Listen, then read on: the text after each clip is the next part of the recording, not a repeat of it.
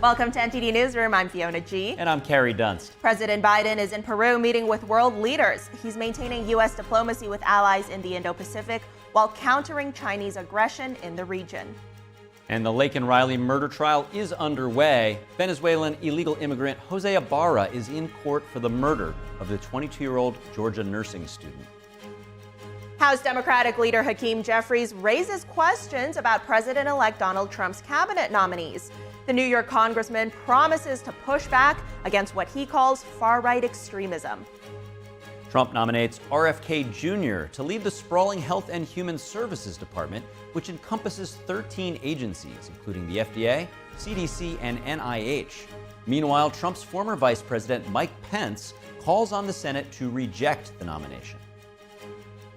The European Union urges its members to shift from Russian to U.S. natural gas, boosting export prospects for American developers. How Trump's tariff threats tie into this strategic pivot. A powerful message illuminated Times Square on World Kindness Day. Social media platform Ganjing World held an event to share a message of compassion.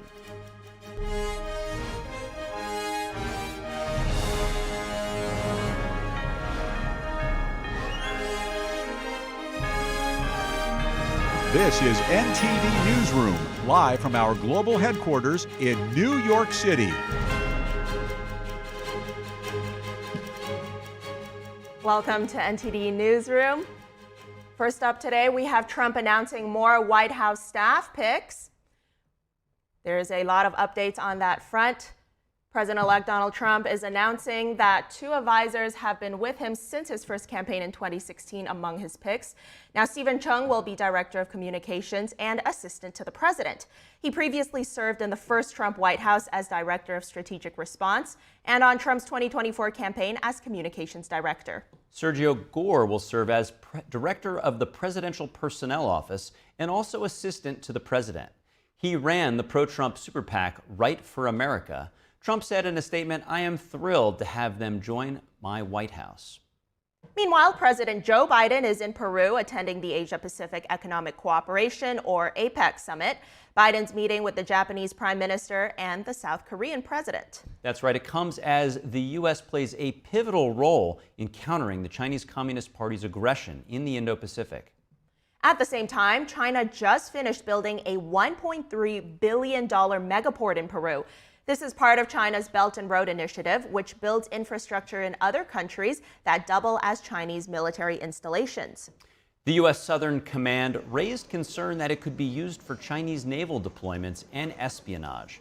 President Biden will meet with Chinese leader Xi Jinping on Saturday. He'll then head over to Brazil to meet with leaders of the G20.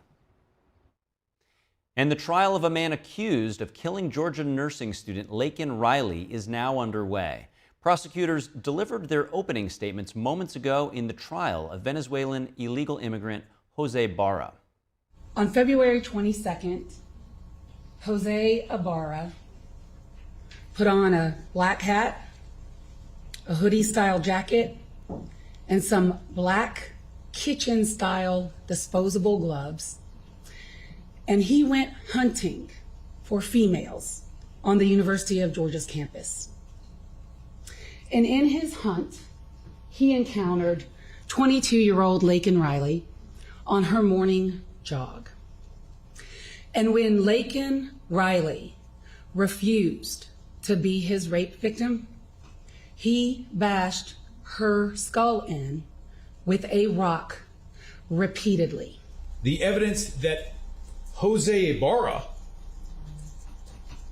killed Laken Riley is circumstantial.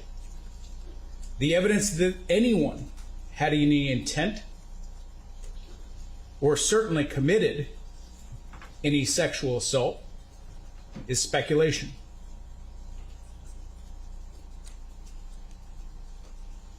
Most importantly, in this case, you'll hear no evidence that a sexual assault was committed. Ibarra is a Venezuelan who illegally entered the U.S. in 2022 and was allowed to stay to pursue his immigration case. He waived his right to a jury trial, meaning his case will be heard and decided by Athens-Clarke County Superior Court Judge H. Patrick Haggard. Ibarra is charged with 1 count of malice murder, 3 counts of felony murder, and more crimes. Prosecutors intend to seek a sentence of life in prison without the possibility of parole. The notorious case added fuel to the national debate over illegal immigration. President-elect Donald Trump nominated former Securities and Exchange Commission Chairman Jay Clayton to serve as Manhattan's top federal prosecutor yesterday. Clayton is a political independent. He developed a reputation while at the SEC for trying to forge consensus with the agency's Democratic commissioners. Clayton is likely to be seen as a somewhat unconventional pick for the office. He does not have any criminal law experience, but the choice of Clayton to lead the office is likely to draw less opposition from Trump's critics than others. The Manhattan U.S. Attorney's Office is known for an unusual degree of independence from the Justice Department compared with its counterparts around the country. President-elect Trump gave an update yesterday on the Department of Government Efficiency, or the DOGE. He said the panel will issue reports about its work to cut the fat out of government. Trump says the panel will provide advice on slimming down the government and cutting regulations. It will also give guidance on reducing spending and restructuring federal agencies. Trump and Elon Musk have suggested the panel will make dramatic cuts. However, Congress can take or disregard the advice. Musk says the panel will post its actions for public comment in an effort to be transparent. On the same topic, the Department of Government Efficiency announced a recruitment drive yesterday. It's looking for a few good folks to help overhaul government operations. The department posted on X that they are very grateful to the thousands of Americans who have expressed interest in helping them. They say they are looking for super high IQ small government revolutionaries. Candidates should be willing to work over 80 hours a week on, quote, unglamorous cost cutting. It advised those interested to DM the account with their resume, and Elon Musk, along with entrepreneur Vivek Ramaswamy, will review the top 1% of applicants. And Florida Governor Ron DeSantis calling for special elections. This after President-elect Trump picked 3 Florida lawmakers to serve in his cabinet. DeSantis congratulated Senator Marco Rubio, Congressman Matt Gaetz, and Congressman Mike Waltz on X. He says he instructed Florida's Secretary of State to organize special elections immediately. Florida law requires that vacancies in Congress be filled through special elections. That means the voters will get to choose their replacements. The congressional districts are seen as Republican strongholds. Both congressmen won re-election by more than 30 points. Because Rubio is a senator, DeSantis will actually appoint his replacement. Who will serve the remainder of Rubio's term?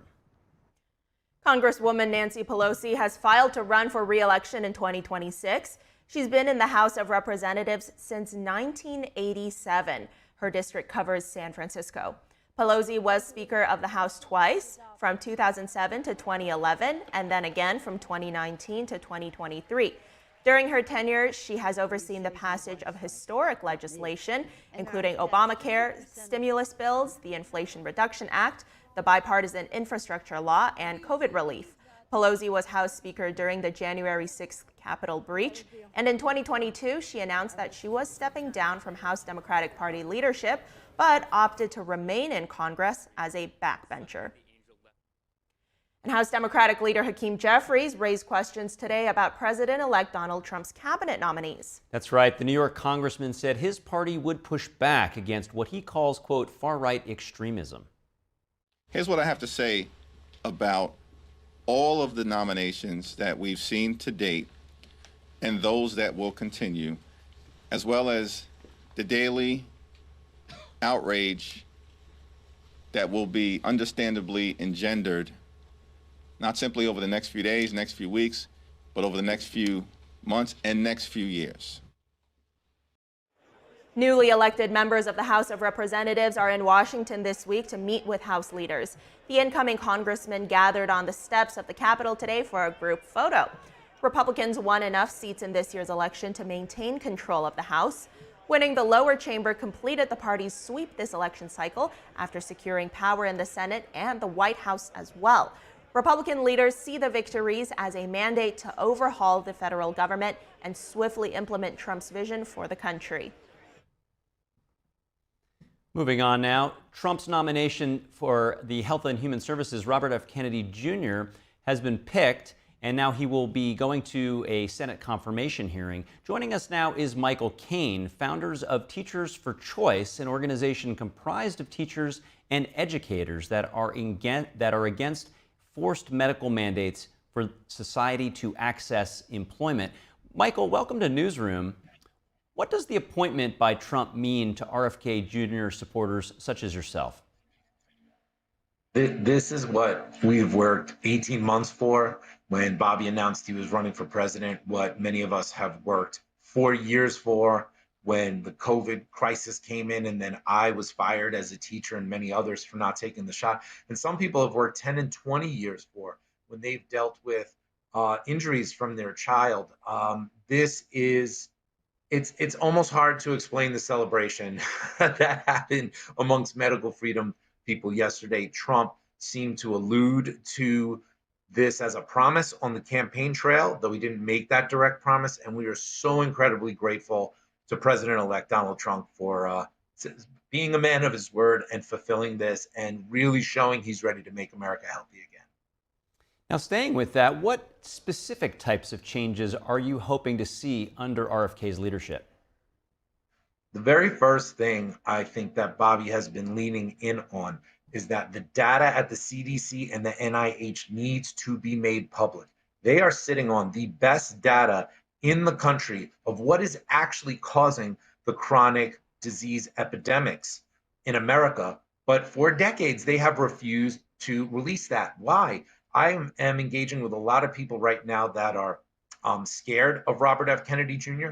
taking on this position. And I understand that because the mainstream media has treated him terribly for years. But even in those people, a lot of them, when I bring up Bobby wants to make this data public so we know what is actually making our kids sick, they're very interested in that. And I think that is a great place to start. Let's get the data. Let's see if what Kennedy has been saying for years is true or not. And then let's move forward from there. I think we're also going to see, I'm hoping that we see pharmaceutical advertisements banned to the public, as is the case in the rest of the world except New Zealand. But I really think that data is a great place to start from. Let's be transparent, let's be honest, and then we can make all the decisions going forward. And I do want to come back to some of the critics' fears that you alluded to. But first, I want to understand, in your opinion, RFK is, of course, a lawyer. What makes him qualified to run this health-based organization? For 4 decades or so, Bobby Kennedy has taken on the CDC, the FDA, the NIH, the EPA, and HHS in lawsuits multiple times. And as he said, when you sue a federal agency, you embark on getting a PhD in how that agency runs and operates, and especially in where the bodies are buried, especially in the corruption and the dirtiness that they don't want people to know. And I think when we just see how sick American citizens are, and especially our kids are, we know the federal health agencies are as dirty as they come. So Bobby Kennedy's going to be able to get in there, appoint the right people into the right places. There are many doctors, MDs, PhDs that are going to be placed working directly with Robert F. Kennedy Jr. So I think he is precisely the person that needs to do this, because we don't have federal health agencies that are running with a great record right now, that have tons of public trust.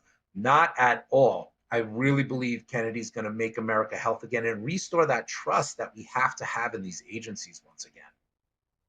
Now, I want to pivot over to talk about COVID. Many people took vaccines under threat of job loss. Some, like yourself, lost their jobs because they didn't want to comply. Some have now sued and won. Can you give an update on these types of cases, both nationally and in New York? In New York City, we are still stalled.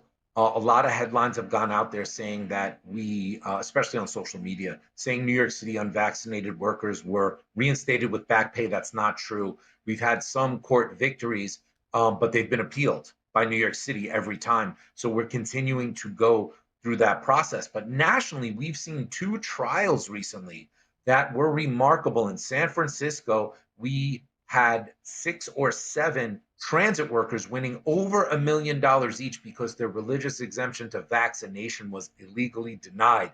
Then in Michigan, just a few days ago, we heard of a Catholic woman who was awarded $12 million for her religious exemption being denied. So we're seeing more of this. We're seeing more rulings across the country in our favor. We're seeing a red wave in Washington, D.C. that seems to be a complete rebuke of the Biden administration. Remember, it's Biden that brings these mandates in. It's Biden that everybody locally ends up following that lead.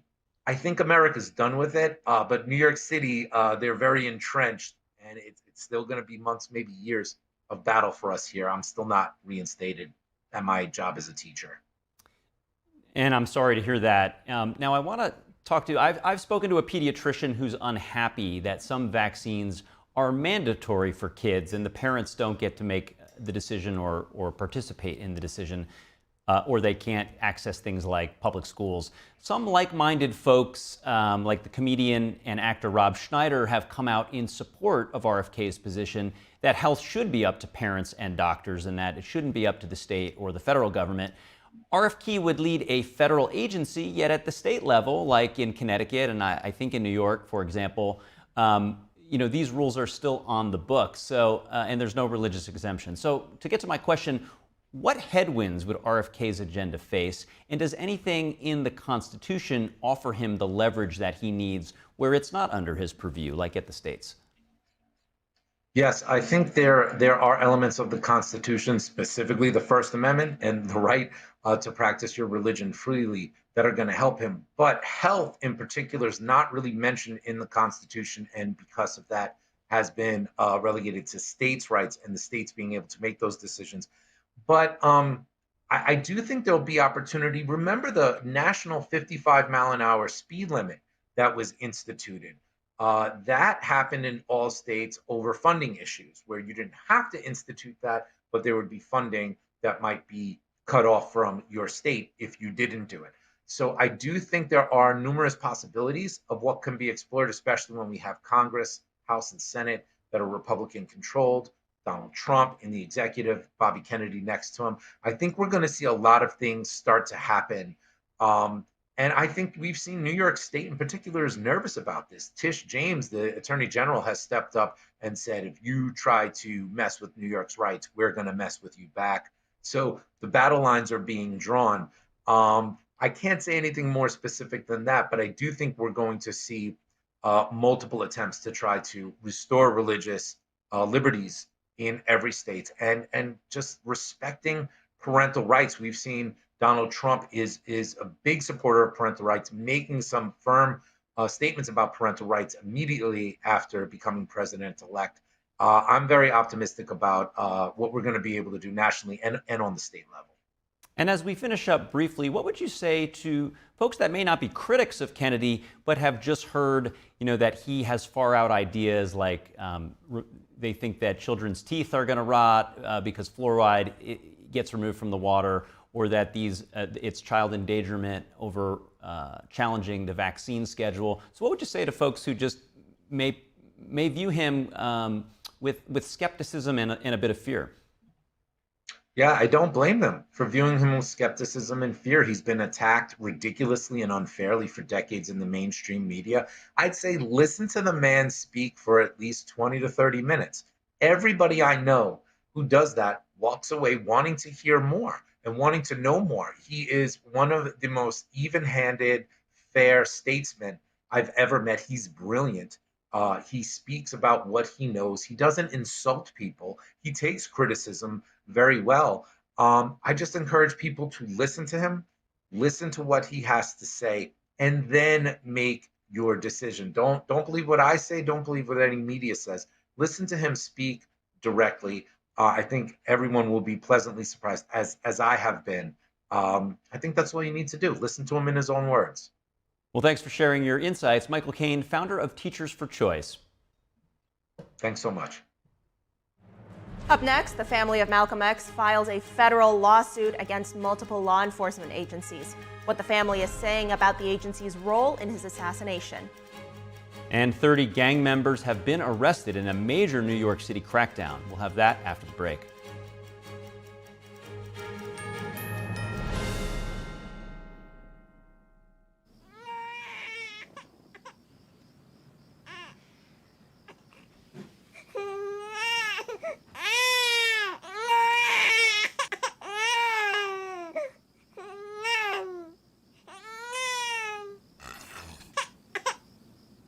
If you love them enough to suck the snot out of their nose at 4 a.m., then surely you'll check NHTSA.gov/the right seat to make sure they're in the right car seat. Hi friends, Richard Karn here. Now I'm known as the guy who can fix just about anything, but the technology in most appliances requires very special training to fix. My point is, even I know when I've met my match, and that's why my family has Choice Home Warranty. So we won't get stuck with high-priced repairs. Choice Home Warranty covers over 25 major home systems and appliances. That's your AC, heating, plumbing, kitchen and laundry appliances, and so much more. Imagine for less than a cup of coffee a day, Choice Home Warranty can help protect you from expensive major system and appliance breakdowns that your homeowner's insurance doesn't cover. But you have to call now before it's too late. Every homeowner should have Choice Home Warranty. Your homeowner's insurance is not going to cover your appliances. Washing machine, dryer, refrigerator, air condition. If I had any issues arise, they were able to take care of it immediately. Now, homeowner's insurance won't protect you when your home's major systems and appliances break down due to normal wear and tear. But Choice Home Warranty will. They can help cover repairs and replacements. Choice Home Warranty is the best warranty we've ever used. It would save you so much money in the long run. Hey, I'm not the only one raving about Choice Home Warranty. They were named a Best Home Warranty Company and Best Claim Service by U.S. News 360 Reviews. Call Choice Home Warranty now and get access to a nationwide network of over 15,000 technicians and the latest appointment setting technology so you'll know when they're on their way. If I have an issue with an appliance or something around the house, I just call up Choice Home Warranty and I don't have to worry about that. So, do what this old DIYer did and call Choice Home Warranty now before something breaks down. Tell them I sent you and get your first month free. Call Choice Home Warranty before it's too late and get protection for your heating, AC, plumbing, kitchen and laundry appliances, and more. Call for your free quote today. Call in the next 5 minutes and get your first month free. 800-360-6782. 800-360-6782. NativePath were driven to improve the lives of people by providing highly effective supplements that solve common health problems and support optimal health. This is what being on the path is all about. Visit getnativepath.com/NTD for your special offer.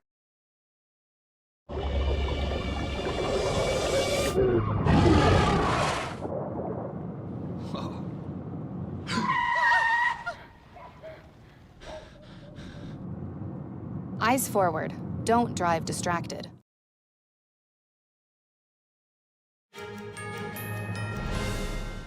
Welcome back. The family of Malcolm X filed a $100 million federal lawsuit today. It accuses the FBI, CIA, and New York Police Department of allowing his assassination to be carried out. Malcolm X was a militant civil rights leader assassinated back in 1965. The lawsuit alleges that law enforcement agencies concealed evidence that they knew of the plot to kill him, but didn't actually do anything to stop it. The wrongful death lawsuit was announced at a memorial center on the site in New York City where Malcolm X was killed. A civil rights attorney representing the family said they seek answers to the questions surrounding the assassination, as well as to show an accurate history of the events. The lawsuit also intends to bring reparations to the family. The FBI and the CIA did not immediately respond to media requests for comment. Federal law enforcement officials said yesterday they stopped a potential terror attack in Houston. The FBI said it arrested Anas Saeed at his apartment last week.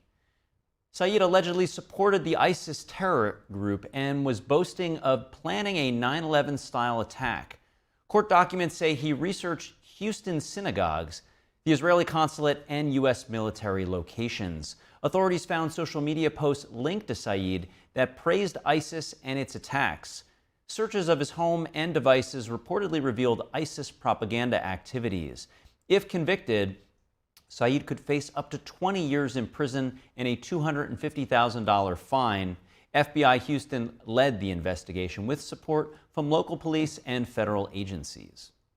And air traffic controllers kept an American Airlines flight from crashing into the mountains near Honolulu International Airport on Wednesday. The Federal Aviation Administration said it happened just after the plane took off from Hawaii bound for Los Angeles. An air traffic controller reportedly directed the flight to make an expedited climb after it failed to make an assigned turn. Flight tracking data shows the flight was about 1,500 feet above the mountain peaks by the time it flew over the terrain. 30 gang members have been arrested in a major New York City crackdown. Manhattan District Attorney Alvin Bragg says the suspects caused years of violence. The violence did not impact just these defendants and their associates. It impacted the entire neighborhood. A climate of fear among ordinary residents who had no part in this violence. 50% of the violent crime, the shootings, was from these people in this case. It's just going to have a huge impact. And we'll continue to investigate and see what else we get from this case as we go forward. Rival gangs allegedly committed 18 shootings since 2018, injuring bystanders. Officials say shootings in Inwood and Washington Heights are linked to them. Some guns used were trafficked from Ohio. Charges include murder, gun trafficking, and weapons possession. Prosecutors allege that a 2018 homicide sparked a wave of revenge violence involving 3 gangs. New York plans a congestion mitigation charge for driving in Manhattan starting January. This is reviving a move that the state indefinitely put on hold earlier this year. Ryan Brooks reports. New York Governor Kathy Hochul says her congestion pricing plan for drivers coming into parts of Manhattan is back, but this time set at $9. Hochul said the new change will begin in January. She's reviving the program after putting it on hold in June when it was set at a higher toll of $15. Hochul said that the charge would be crucial to making new investments in subways and buses in New York and support $15 billion in debt financing to improve mass transit. We'll also begin to drive down gridlock and the emissions as intended. And we'll deliver major environmental improvements for places like the Bronx. Hochul is racing to implement the charge before President-elect Donald Trump takes office. This week, a group of 5 New York Republicans in the U.S. House of Representatives urged Trump to kill the charge, something he has vowed to do, asking him to end what they call a, quote, absurd congestion pricing cash grab. A Trump spokesman did not immediately comment. New York's Director of State Operations, Catherine Garcia, responded to reporter questions about the threat of Trump killing the charge. Because he has vowed to kill it. We believe that we are on solid legal ground. New York's Metropolitan Transportation Authority is expected to vote on the measure next week. The MTA has said congestion pricing would cut traffic by 17%, improve air quality, and increase mass transit use by 1% to 2%. Firefighters are struggling to put out a wildfire along the New York-New Jersey border, only 50 miles from New York City. The Jennings Creek fire has burned through about 5,000 acres of brush and thick woodland. Residents say it's like nothing they've seen before. It was really very similar to what we've seen on television for California, and not thinking that, this could happen in New Jersey. It was like an inferno, a blazing inferno. Well, we got really scared because we never see something like that, and it was just out of control, and people, it was scary, all my customers too. Any fire in the forest is dangerous, especially under these conditions. With the wind that we had last week, it was scary because this fire can spread so quickly.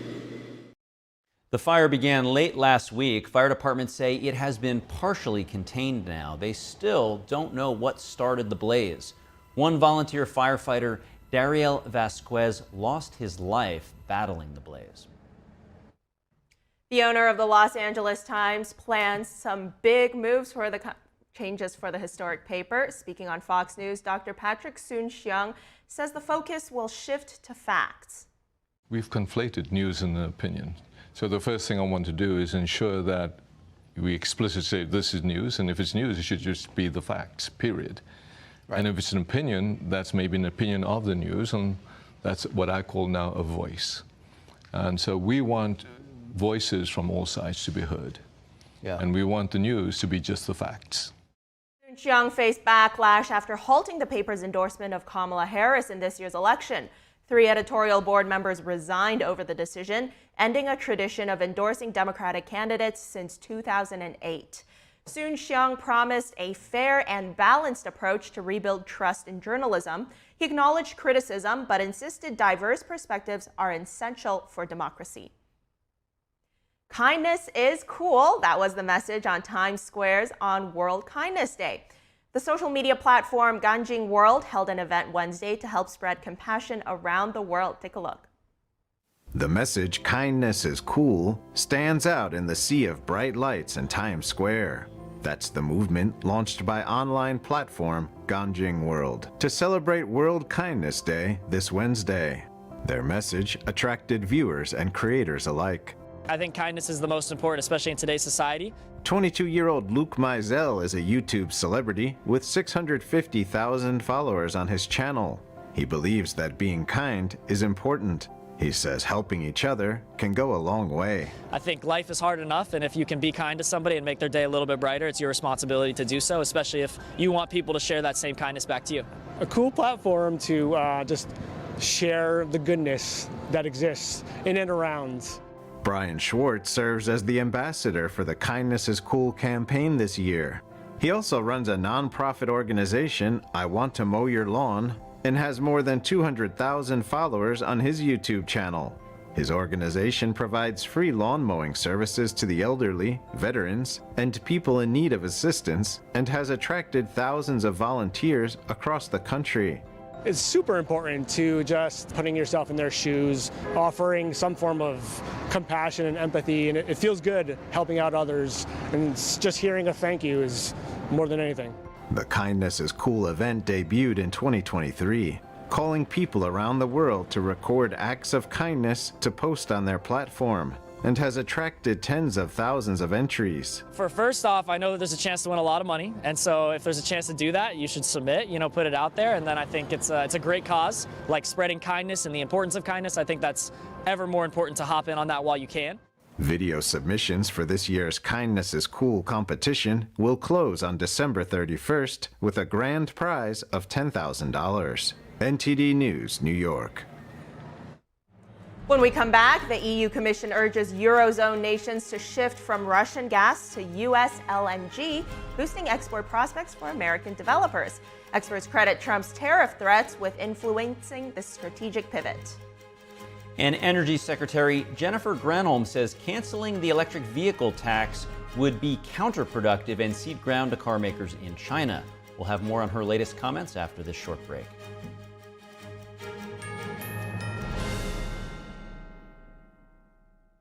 Does shopping for bladder control products have you feeling like you need someone to be on the lookout for you?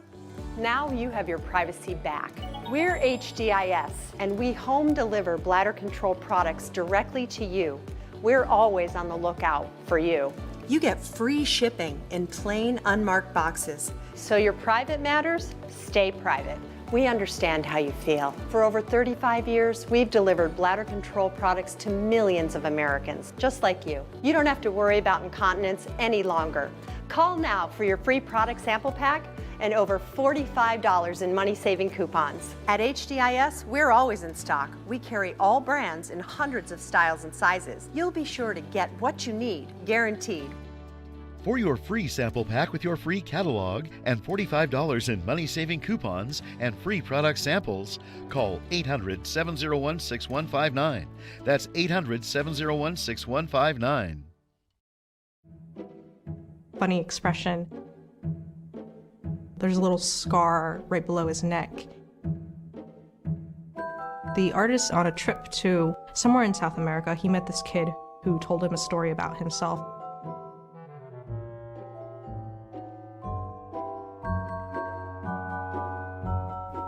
The technique is really good. As you'll see, like in the foreground, there's water on his face. The texture is so realistic, but then sort of in the back, you have these washed out colors, almost a sort of fantasy feel.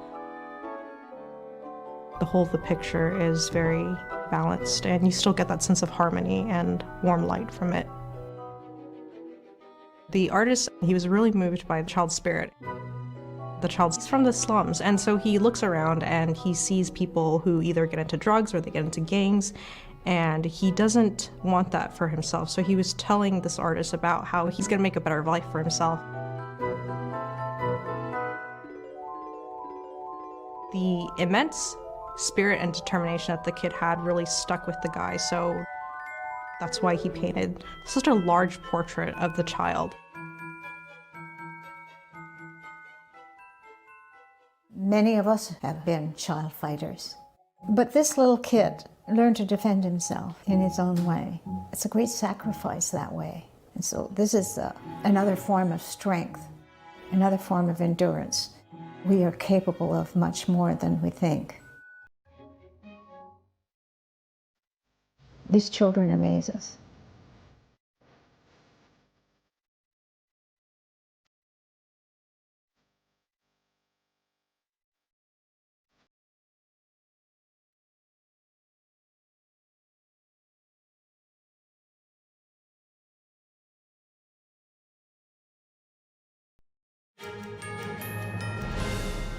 Welcome back to Newsroom. U.S. Energy Secretary Jennifer Granholm voiced her opposition to canceling the U.S. electric vehicle tax credit Friday. This comes after news reports said that Trump's transition team plans to halt the $7,500 consumer tax credit for buying EVs. So you eliminate these credits, and what do? You end up ceding the territory to other countries, particularly China, who I know is obviously an economic competitor. Under the Inflation Reduction Act, anyone buying an EV could qualify for the tax savings. But here's the kicker. They don't get the money if the car's batteries have components or minerals sourced from China. The Treasury Department's latest update clarifies that rule. It says beginning in 2025, EVs eligible for the tax credit may not contain critical minerals processed in countries including China. That gives automakers a 2-year grace period. President-elect Trump is keeping his campaign promise to shake things up in Washington. Some of his outside-the-box cabinet picks are sparking discussion about whether they will be confirmed. But does Trump have a tool in his back pocket to help circumvent that process? NTD's Daniel Monahan reports on recess appointments and how Trump could use them to fill his cabinet. President-elect Trump is considering a tool known as recess appointments to skip over Senate confirmations. So how does the process work? The Senate has the power to confirm or reject high-level officials like cabinet positions, judges, and ambassadors. It's part of the government's checks and balances. However, there is a clause in the Constitution that allows presidents to fill out their administrations while the Senate is in recess. Trump over the weekend demanded that Republican leaders in the Senate agree to recess appointments. It would be a significant shift in power away from the Senate. However, the commitment of more traditional Republicans is being tested now that Trump has picked people outside the Republican Party mainstream. Picks such as Congressman Matt Gaetz for Attorney General and former Democrat turned Republican Tulsi Gabbard for National Intelligence Director. It quickly became apparent Wednesday that figures like Gaetz may struggle to gain majority support from the Senate, even though Republicans will enjoy a 53-seat majority. But that may not matter if Trump is able to use recess appointments. President Bill Clinton made 139 recess appointments, President George Bush 171, though neither used the process for top-level cabinet positions. When Trump becomes president again next year, he will be working with Republicans who hold a majority in the House and Senate and are promising to back his agenda. But the demand for recess appointments allows Trump to flex his political power and potentially push through even the most controversial choices for his administration. Senator John Thune, elected Senate Majority Leader this week, is pledging to keep an aggressive schedule until his nominees are confirmed. The South Dakota Republican is also not taking recess appointments off the table. To allow Trump to make the appointments, Republican senators would have to pass a motion of adjournment with a simple majority vote. GOP senators are planning to begin hearings on Trump's cabinet nominees as soon as the new Congress begins on January 3rd. Daniel Monahan, NTD News. The EU Commission has urged Eurozone countries this week to turn away from Russian gas and to buy American liquefied natural gas instead. Negotiations look promising for U.S. gas developers wanting to export more LNG to Europe. Some experts attribute this shift to Donald Trump's threat of new import tariffs. NTD's international correspondent David Vives reports from Paris. The Biden administration asked the EU on Friday to align its methane regulations with those of the U.S. to help U.S. liquefied natural gas flow to Europe. This would ensure that U.S. LNG exports meet Europe's methane limits while protecting U.S. LNG trade from disruptions. Franco-American editorialist Gérald Olivier sees this as a successful result after Trump's threat of import tariffs on EU companies. During Obama's first term, Europe, especially Germany, bought all its gas from Russia. Germany's government had criticized Trump a lot and then got trapped in the end with Russian gas. Trump didn't like that, and now he's working to change that situation. The request followed a press release last week from EU Commission President Ursula von der Leyen, urging EU countries to shift from Russian gas and import more US LNG. LNG exports have become a key factor in US-EU trade negotiations, with American natural gas seen as a tool to strengthen energy security in Europe.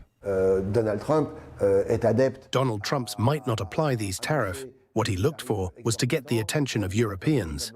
The EU Commission has understood that it should listen to what Trump says. I think that's the spirit behind Ursula von der Leyen press release. Trump might also roll back methane controls set by the Biden administration. These two moves combined could open opportunities for LNG developers eager to increase exports to Europe. David Vives, NTD News, Paris. Britain saw its economy contract unexpectedly in September, and the UK Chancellor says that she is not pleased about it. The blow comes as she tries to push ahead with plans for growth. At the same time, economists and leaders are wondering what impact the incoming Trump administration will have on the finance industry. NTD's international correspondent Malcolm Hudson has more from London.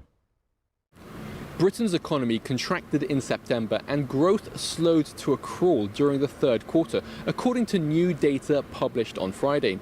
This is a setback to British Chancellor Rachel Reeves's ambitions for economic growth. Here's what she has to say.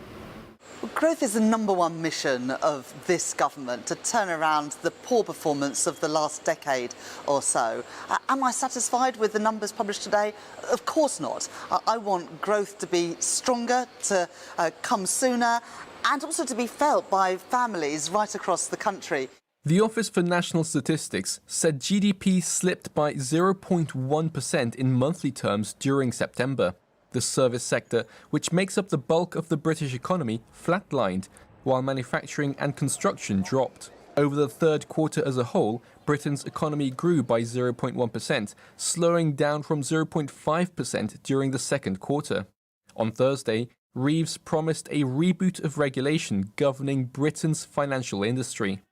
So while maintaining important consumer protections, upholding international standards of regulation, and protecting the vital stability of our financial services system, now is also the moment to rebalance our approach and take forward the next stage of reforms needed to drive growth, competitiveness, and investment.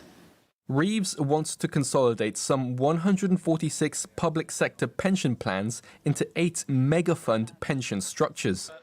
These would be large enough to bankroll ambitious infrastructure projects and under-supported growth firms.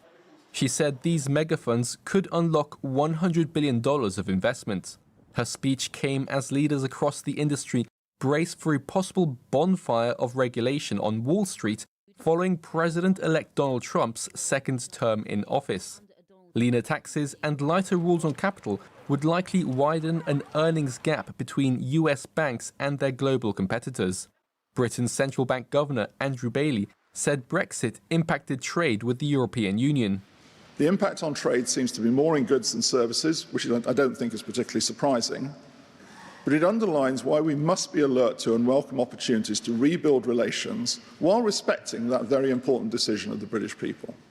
He said Britain needed to look at the wider picture for growth and not just the impact of Brexit. Many economists are looking at the potential impact of Trump's proposed universal 10% tariffs on all US imports.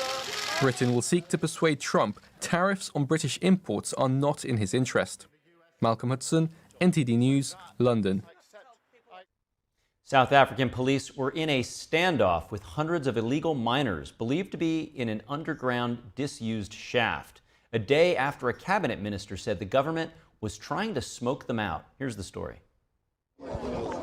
Hundreds of illegal miners are believed to be underground in this disused shaft in Stilfontein in South Africa's northwest province. Police are trying to force them out after weeks of trying to empty the mine and have cut off their supplies of food and water. Desperate relatives of the miners gathered on Thursday, a day after a cabinet minister said the government was trying to smoke them out. One decomposed body was brought up on Thursday, police said, and it's unclear whether those remaining were unwilling or unable to get out. Community member Matsediso Ramola didn't know if they were alive or dead. We're asking for help from the government to assist us so our children can come out of the mine. All we are asking for is their remains to come out as the community of Kuma Stilfontein.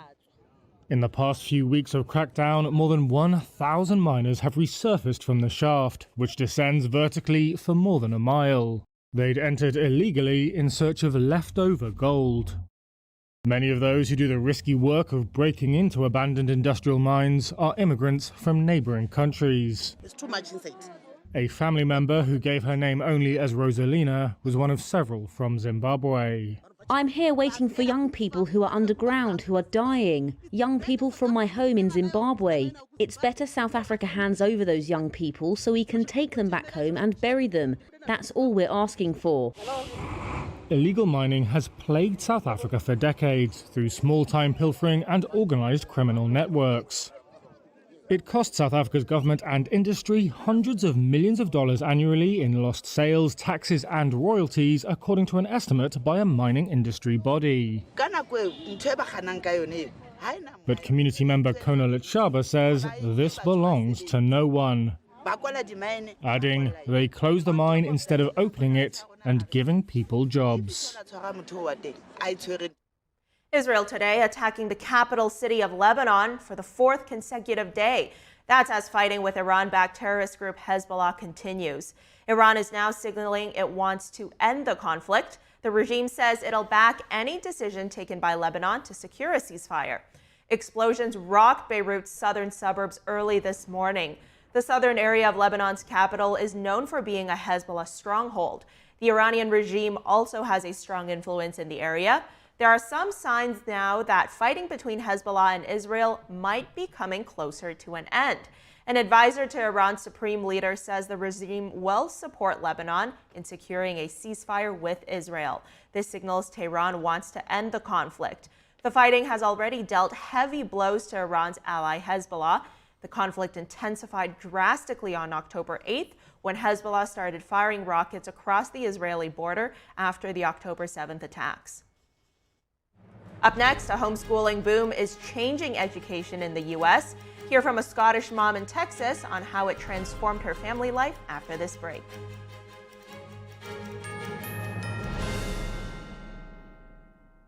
Rated the best hearing aids of 2023 by Forbes, the Audion Atom 2 series offers superior sound quality and functionality for a fraction of the price. For just $189 a pair, the Atom 2 features 4 different hearing modes for all types of hearing loss. It packs crystal clear sound, a nearly invisible design, and is even rechargeable. I actually like them better than my old $5,000 hearing aids. They're so comfortable, I forget I'm wearing them. And the sound is amazing.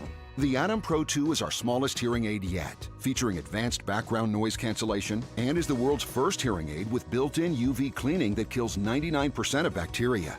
I could not believe how my hearing and life changed without seeing a doctor or having a hearing test. Join over 500,000 happy customers today and get the hearing you deserve.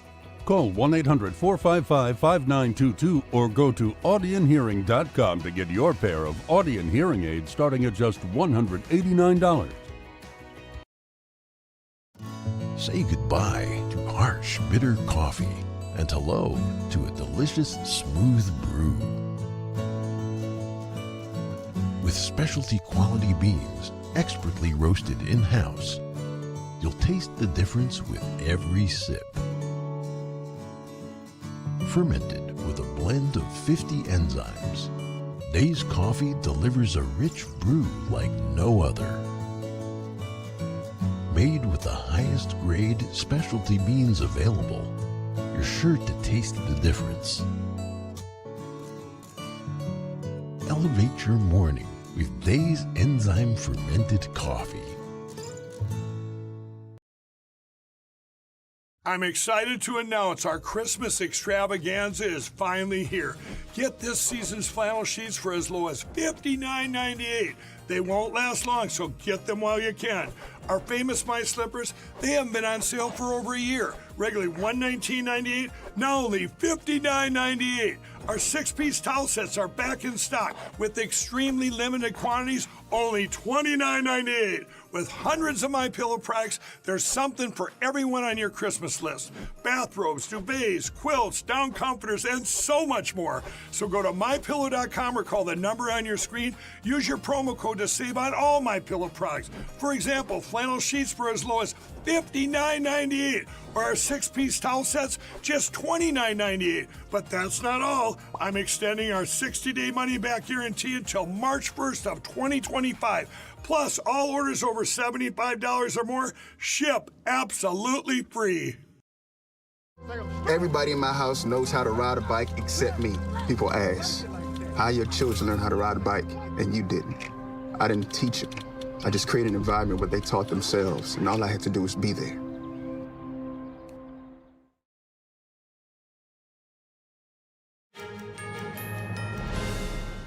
Homeschooling has seen an unprecedented rise in recent years, with about 4 million children now learning from home. NTD's Daniel Monahan spoke with a Scottish mother who now lives in Texas about her experience homeschooling her 3 children.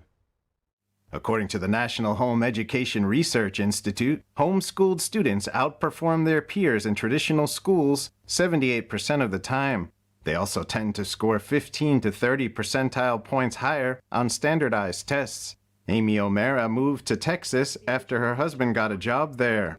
She homeschools her 3 kids aged 5, 10, and 15. Having attended traditional school in Scotland, O'Mara wanted to give her children a freer, more nature-focused childhood. They really know who they are.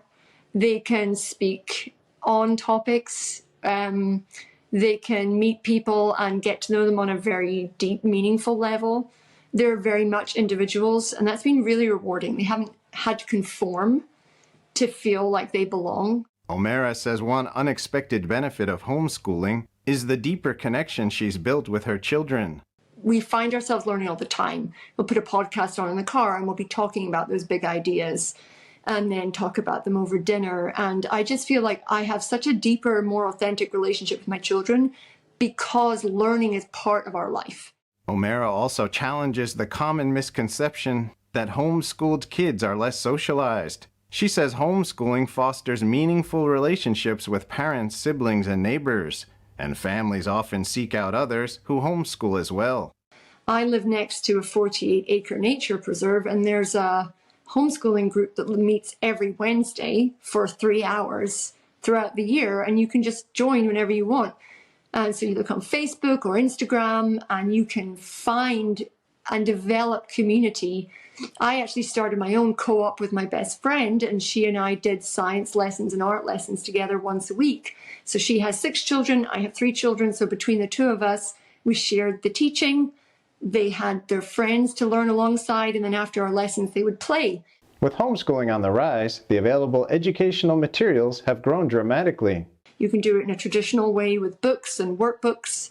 You can do it online. There's fully online programs, whereas the parent, you really don't need to teach any subjects. There are online teachers that are even available via email now, and they're doing live classes or pre-recorded classes. It's easier than ever to homeschool, even if you work. If you have older children, you can have a job and your children can work. You can work from home and your children can homeschool. O'Mara emphasizes the importance of treating homeschooling like a job with proper planning and preparation. Even if you're just doing 1 hour a day with your kindergartner, is you are prepared for it, you've found the resources for it, you prepare yourself emotionally. I prep the night before, I know exactly what we're doing, I know the documentaries we're going to look at, I know the podcasts we're going to listen to.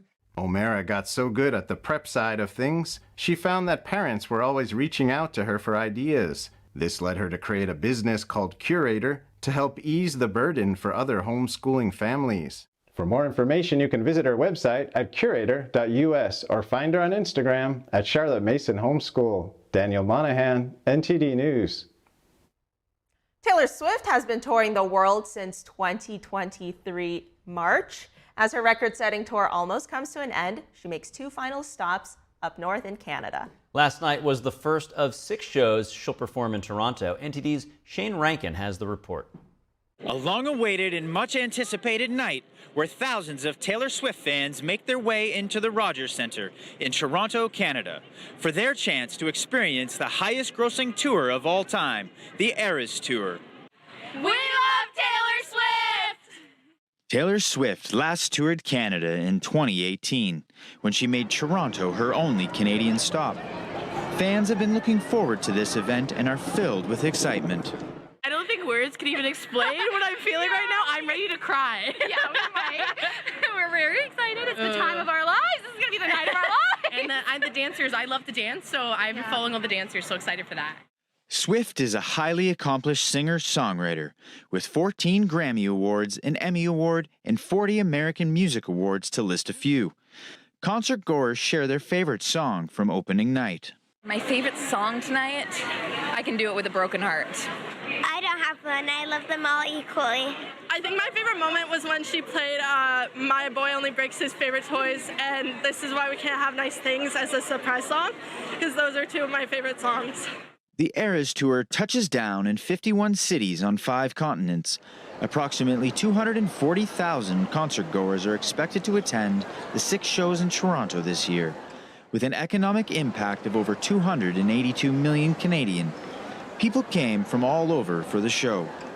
We're from Texas. I'm from New York, but when I found out I can go, I was really, really excited. I still kind of can't believe I'm here. So far, the tour has been considered a massive success, and as the second last stop, it seems Toronto will be no different. It was incredible. Wow. I love all the costumes. She changed probably 15 times, and they were all very sparkly. I love the fireworks. I'm a big fireworks guy. They had crazy fireworks. I loved it. It was just amazing, like a once-in-a-lifetime experience. The tour is set to conclude on December 8th in Vancouver, Canada. NTD News, Canada. Coming up, Amazon, SpaceX, and others sue the National Labor Relations Board over cases accusing them of illegal labor practices. The lawsuits come as the agency braces for a potential overhaul under Trump. Stay tuned for that after this break.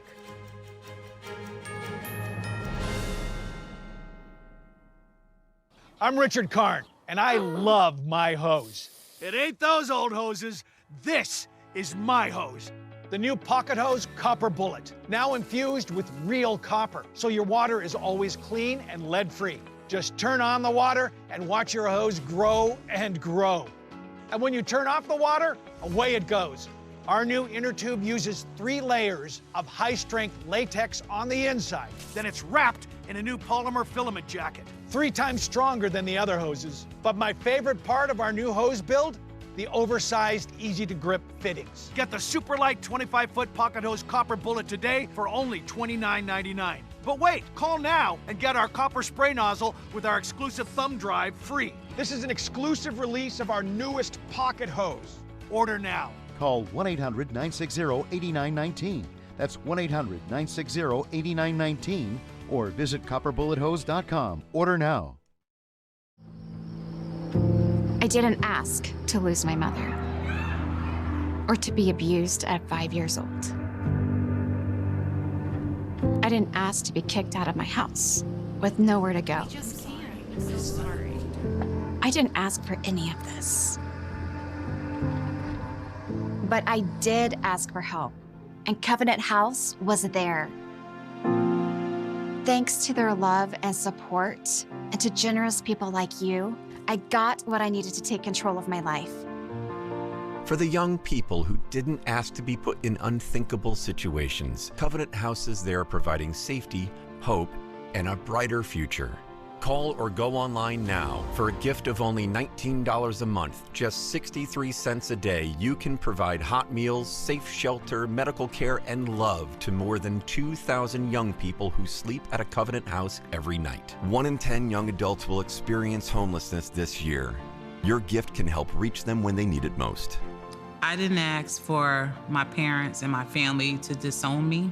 I didn't ask to end up in a homeless shelter. The beauty of it all is that I found Covenant House. The need is overwhelming, but your monthly support will make sure no young person is ever turned away. Call or go online right now to safeplacetosleep.org with your gift of just $19 a month. With your monthly donation, you'll receive this soft, comforting blanket as a reminder of the warmth and safety your gift will provide a young person tonight. Covenant House really helped me and really helped mold me into the woman I am today. If there's no Covenant House, where would I be today? Your monthly gift is urgently needed to reach young people in communities like yours who didn't ask to be put in unthinkable situations. Show them they're loved and not alone. Call the number on your screen or go online to safeplacetosleep.org.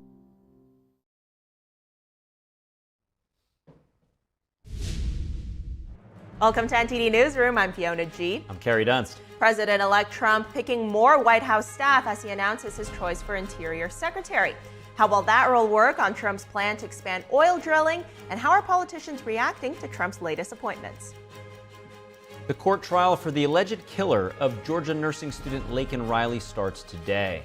Prosecutors allege he was, quote, hunting for females, the consequences he's facing if found guilty. President Biden is in Peru meeting with world leaders. He's maintaining U.S. diplomacy with allies in the Indo-Pacific while countering Chinese aggression in the region. Amazon, SpaceX, and others sue the National Labor Relations Board over cases accusing them of illegal labor practices. The lawsuits come as the agency braces for a potential overhaul under Trump. In California, a woman accused of posing as a nurse has been arrested after allegedly working at hospitals across Los Angeles County under a false identity. Police say she oversaw care to as many as 60 patients for an entire month. Also in California, the International Olympic Committee recently completed a 3-day visit to inspect selected venues and evaluate the progress of the 2028 Los Angeles Olympics. They also shared an update on what's ahead in the coming years.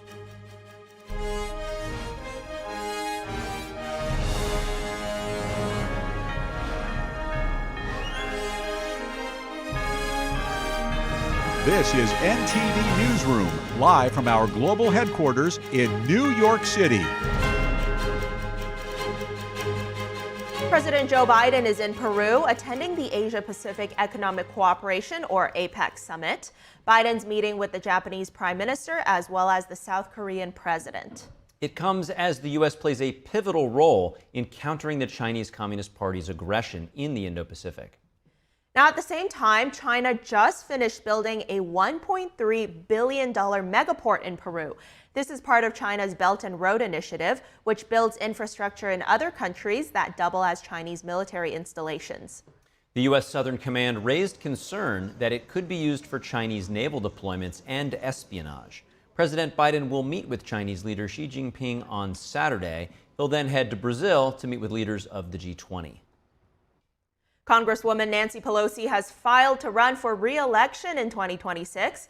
She's been in the House of Representatives since 1987, and her district covers San Francisco. Pelosi was Speaker of the House twice, first from 2007 to 2011, and then again from 2019 to 2023. During her tenure, she has overseen the passage of historic legislation, including Obamacare, stimulus bills, the Inflation Reduction Act, the Bipartisan Infrastructure Law, and COVID relief. Pelosi was House Speaker during the January 6th Capitol breach as well. In 2022, she announced that she was stepping down from House Democratic Party leadership, but she opted to remain in Congress as a backbencher. President-elect Trump announcing his top campaign spokesperson as the White House Communications Director. This comes as Trump's set to officially announce his pick to run the Interior Department. And joining us now live is NTD's White House correspondent Iris Tao, who is in West Palm Beach. Good afternoon, Iris. Good to see you. What's the latest in Trump's transition efforts?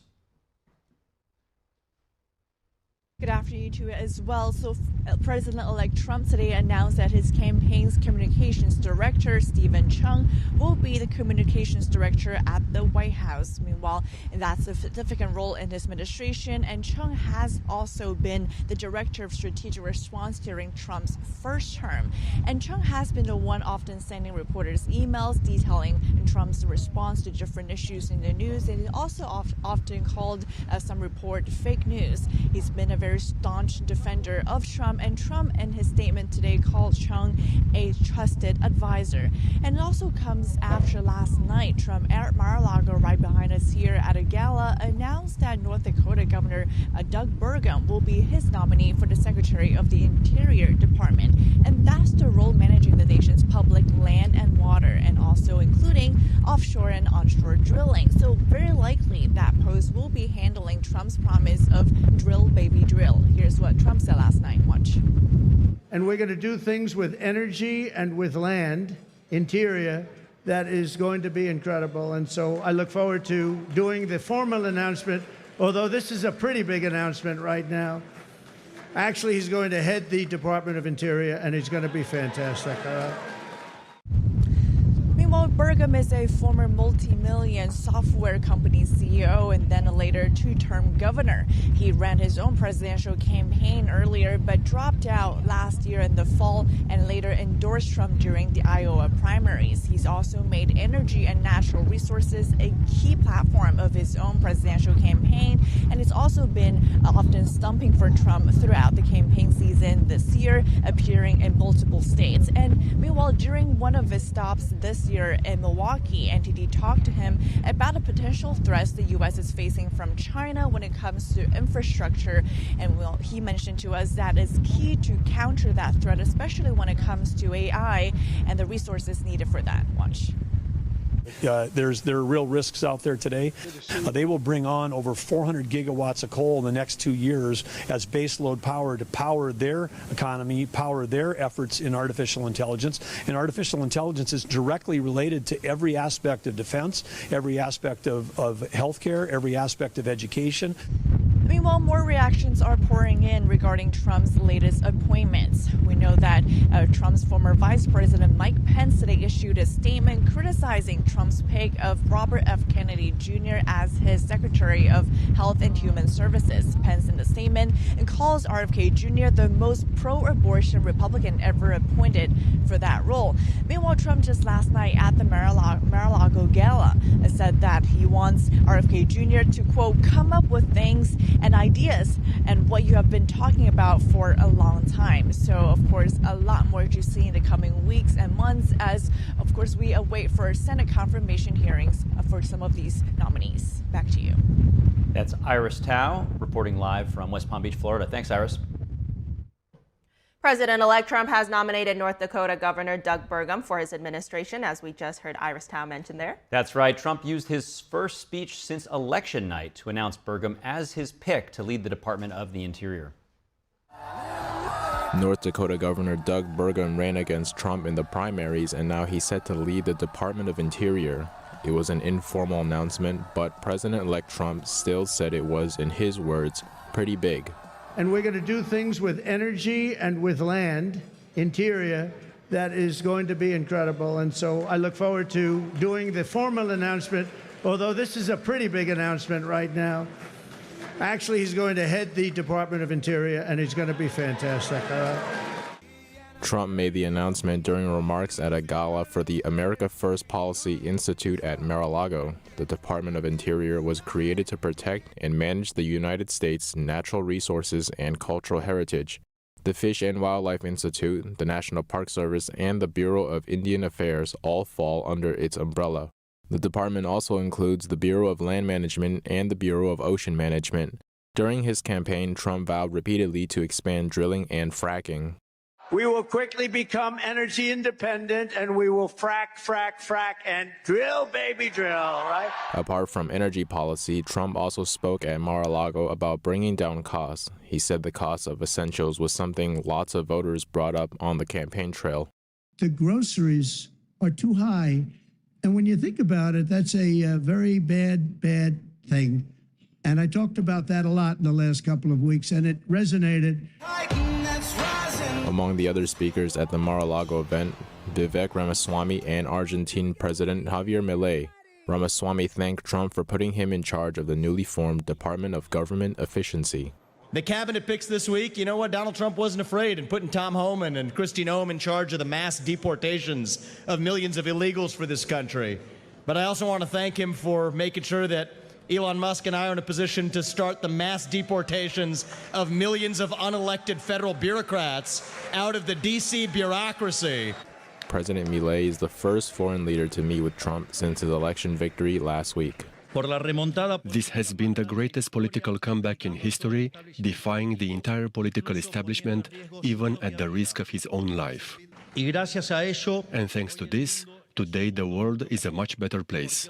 Today the winds of freedom are blowing much stronger.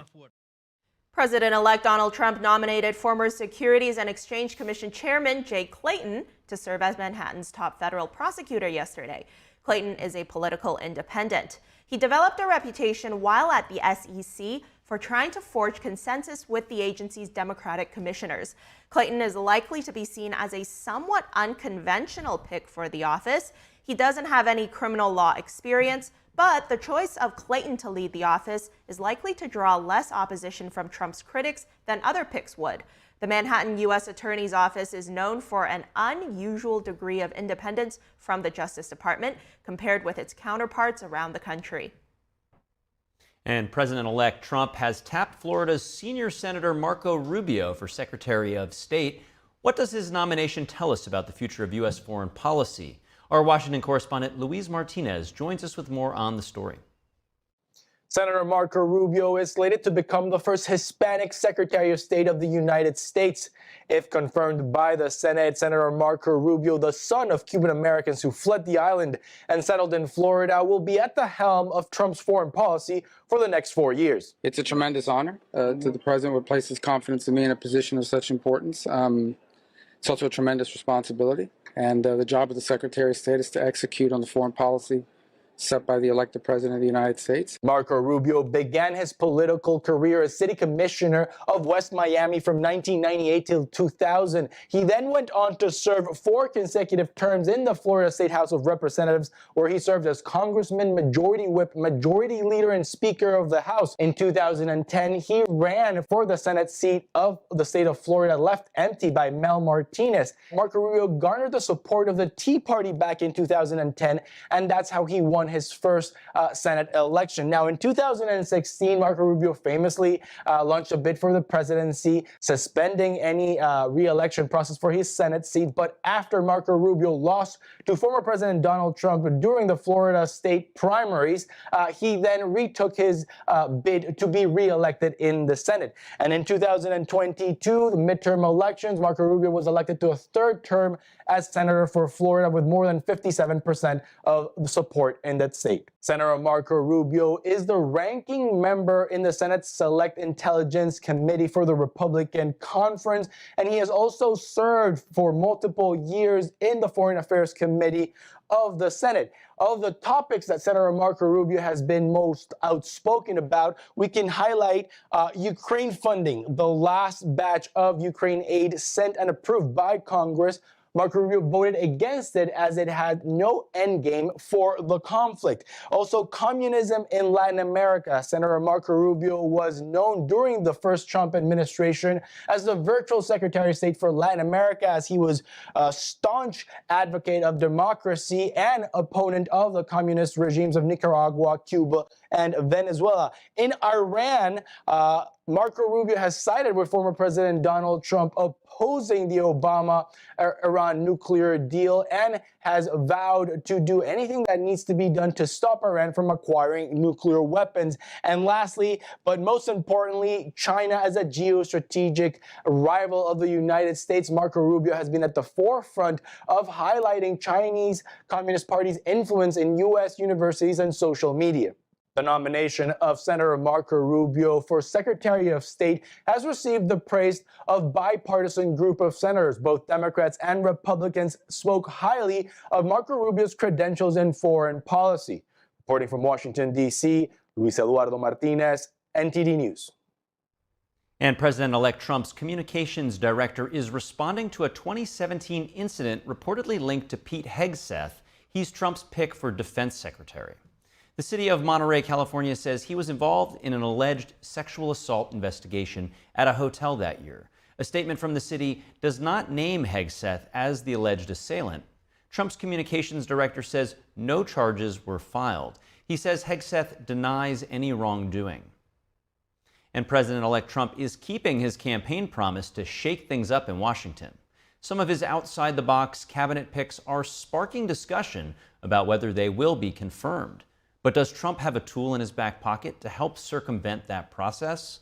NTD's Daniel Monahan reports on recess appointments and how Trump could use them to fill his cabinet. President-elect Trump is considering a tool known as recess appointments to skip over Senate confirmations. So how does the process work? The Senate has the power to confirm or reject high-level officials like cabinet positions, judges, and ambassadors. It's part of the government's checks and balances.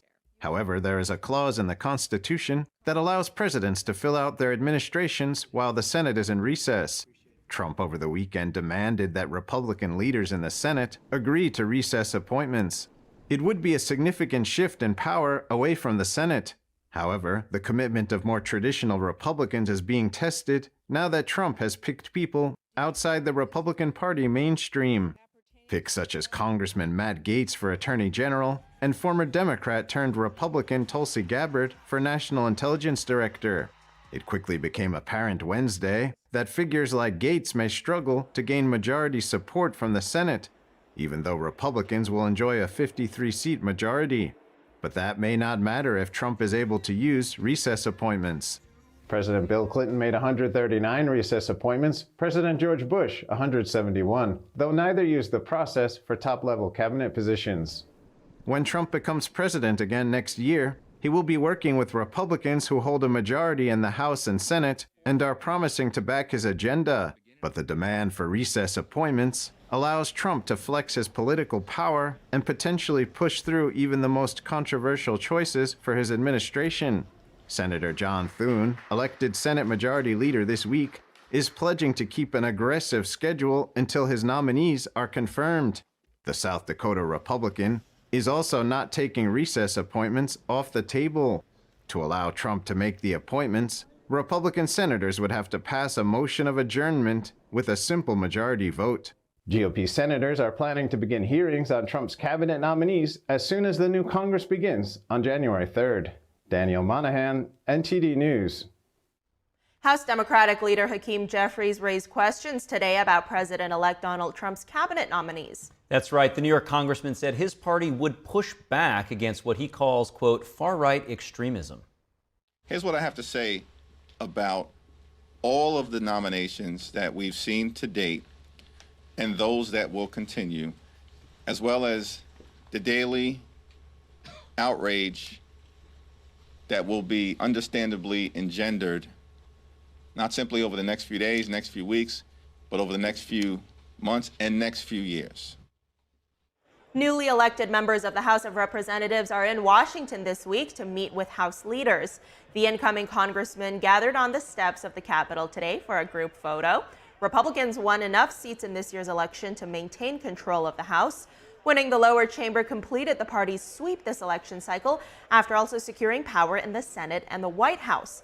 Republican leaders see the victories as a mandate to overhaul the federal government and swiftly implement Trump's vision for the country. And coming up, Amazon, SpaceX, and others sued the National Labor Relations Board over cases that accuse the companies of illegal labor practices. And these lawsuits come as the agency braces for a potential overhaul under Trump. And a woman accused of posing as a nurse has been arrested after allegedly working at hospitals across LA County under a false identity. Police say she oversaw care to as many as 60 patients for an entire month. Stay with us. We'll have that after the break.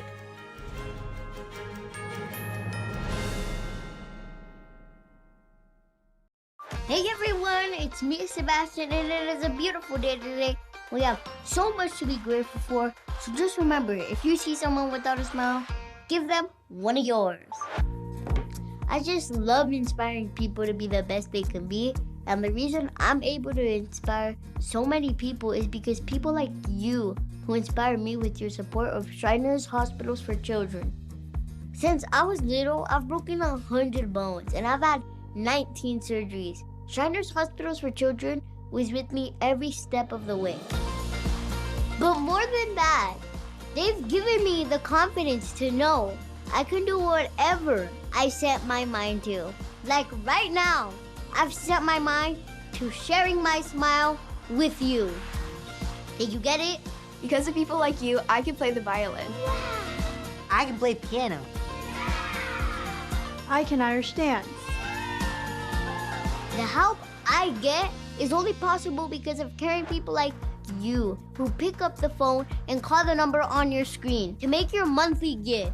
And when you call or go online right now to donate $19 a month or more, we'll send you this adorable Love to the Rescue blanket as a thank you and a reminder of all the smiles you're bringing to kids' faces every day. Kids like me. And me. And me. And me. So what are you waiting for? You can inspire kids like me by visiting loveshriners.org. After all, you can't help everyone, but you can help someone. So let's go! Thank you. Thank you. Thank you for giving. Join me and bring a smile to the world with your monthly gift today. Please call now. If operators are busy, please call again or go to loveshriners.org right away. Join me and bring a smile to the world.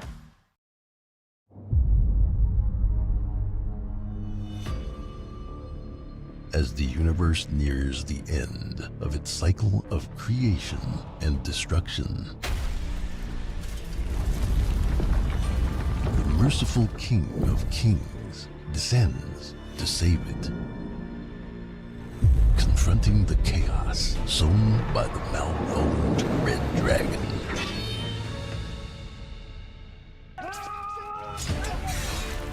Earth becomes the ultimate battleground. Humanity faces a defining choice. Our eternal fate hangs in the balance during this pivotal moment of cosmic shift.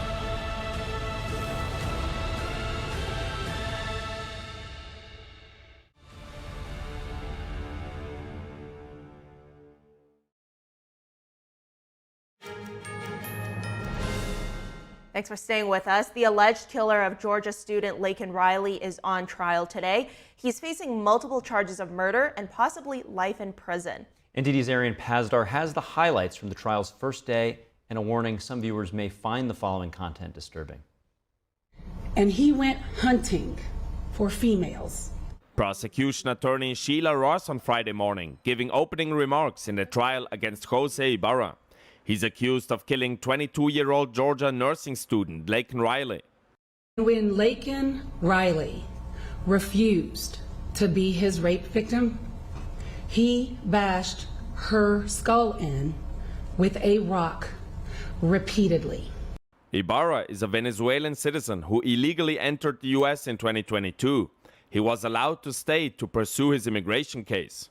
Prosecutors have chosen not to seek the death penalty, but they say that they intend to seek a life sentence without the possibility of parole. Ibarra is facing multiple charges. 1 count of malice murder, 3 counts felony murder, 1 count kidnapping with bodily injury, 1 count aggravated assault with intent to rape. He's facing 10 charges in total. Riley's body was found close to running trails after a friend told police she had not returned from a run. The prosecution on Friday saying that a fingerprint was found on Riley's phone, which they say matches Ibarra's left thumb. But the defense attorney argues there's not enough evidence to support the allegations against the suspect. People have used this case for their own personal gain, financial gain, political gain. The evidence that Jose Ibarra killed Laken Riley is circumstantial. He added that none of the agencies who looked for evidence, such as the FBI, found that sexual assault was committed. Earlier this week, the suspect waived his right to a jury. This means the case will be heard and decided only by the judge. Arian Pastar, NTD News. President-elect Trump gave an update yesterday on the Department of Government Efficiency, or the DOGE. He said the panel will issue reports about its work to cut the fat out of government. Trump says the panel will provide advice on slimming down the government and cutting regulations. It will also give guidance on reducing spending and restructuring federal agencies. Trump and Elon Musk have suggested the panel will make dramatic cuts. However, it's Congress that has to take or disregard this advice. Musk says the panel will post its actions for public comment in an effort to be transparent. On the same topic, the Department of Government Efficiency announced a recruitment drive yesterday. It is looking for a few good folks to help overhaul government operations. The department posted on X that they are very grateful to the thousands of Americans who have expressed an interest in helping them. They say they are looking for super high IQ, small government revolutionaries. Candidates should be willing to work over 80 hours a week on, quote, unglamorous cost cutting. It advised those interested to DM the account with their resume. Elon Musk, along with entrepreneur Vivek Ramaswamy, will then review the top 1% of applicants. Federal law enforcement officials said yesterday they stopped a potential terror attack in Houston. The FBI said it arrested Anas Saeed at his apartment last week. Saeed allegedly supported the ISIS terrorist group and boasted of planning a 9/11-style attack. Court documents say he researched Houston synagogues, the Israeli consulate, and U.S. military locations. Authorities found social media posts linked to Saeed that praised ISIS and its attacks. Searches of his home and devices reportedly revealed ISIS propaganda activities. If convicted, Saeed could face up to 20 years in prison and a $250,000 fine. FBI Houston led this investigation with support from local police and federal agencies. The Texas Supreme Court ruled today that a legislative subpoena cannot be used to stop an execution. This comes after lawmakers used the maneuver last month to pause Robert Roberson's lethal injection at the very last minute. Roberson was scheduled to die by lethal injection on October 17th. Lawmakers issued a subpoena in a last-ditch effort to have him testify at the Texas Capitol days after his planned execution. This spurred a legal conundrum between the state's criminal and civil courts. It led to the Texas Supreme Court temporarily ruling in Roberson's favor. Roberson was sentenced to death in 2003 for killing his 2-year-old daughter. He gained bipartisan support from lawmakers and medical experts who say he was convicted on faulty evidence of a shaken baby diagnosis. Roberson will be the first person in the U.S. to die under shaken baby syndrome if executed. 30 gang members have been arrested in a major New York City crackdown. Manhattan District Attorney Alvin Bragg says the suspects caused years of violence. The violence did not impact just these defendants and their associates. It impacted the entire neighborhood. A climate of fear among ordinary residents who had no part in this violence. 50% of the violent crime, the shootings, was from these people in this case. It's just going to have a huge impact. And we'll continue to investigate and see what else we get from this case as we go forward. Rival gangs allegedly committed 18 shootings since 2018, injuring bystanders. Officials say shootings in Inwood and Washington Heights are linked to them. Some guns used were trafficked from Ohio. Now, charges include murder, gun trafficking, and weapons possession.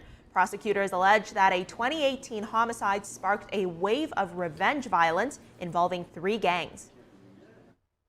North Dakota utility regulators granted approval for a span of a proposed carbon dioxide pipeline that would cross 5 Midwestern states. The State Public Service Commission unanimously approved a permit for Summit Carbon Solutions' new 333-mile route in North Dakota. This is a key victory for the company that has faced landowner objections and various hurdles and setbacks in its plans. The Summit CEO said the company is pleased with the panel's decision. He said Summit has worked with landowners on a voluntary basis and will continue to do so. The company's proposed $8 billion pipeline system would carry CO2 emissions from 57 ethanol plants in 5 states for storage deep underground. No construction has begun anywhere on Summit's proposed route. Iowa has approved the project, but other hurdles remain in North Dakota, South Dakota, Minnesota, and Nebraska.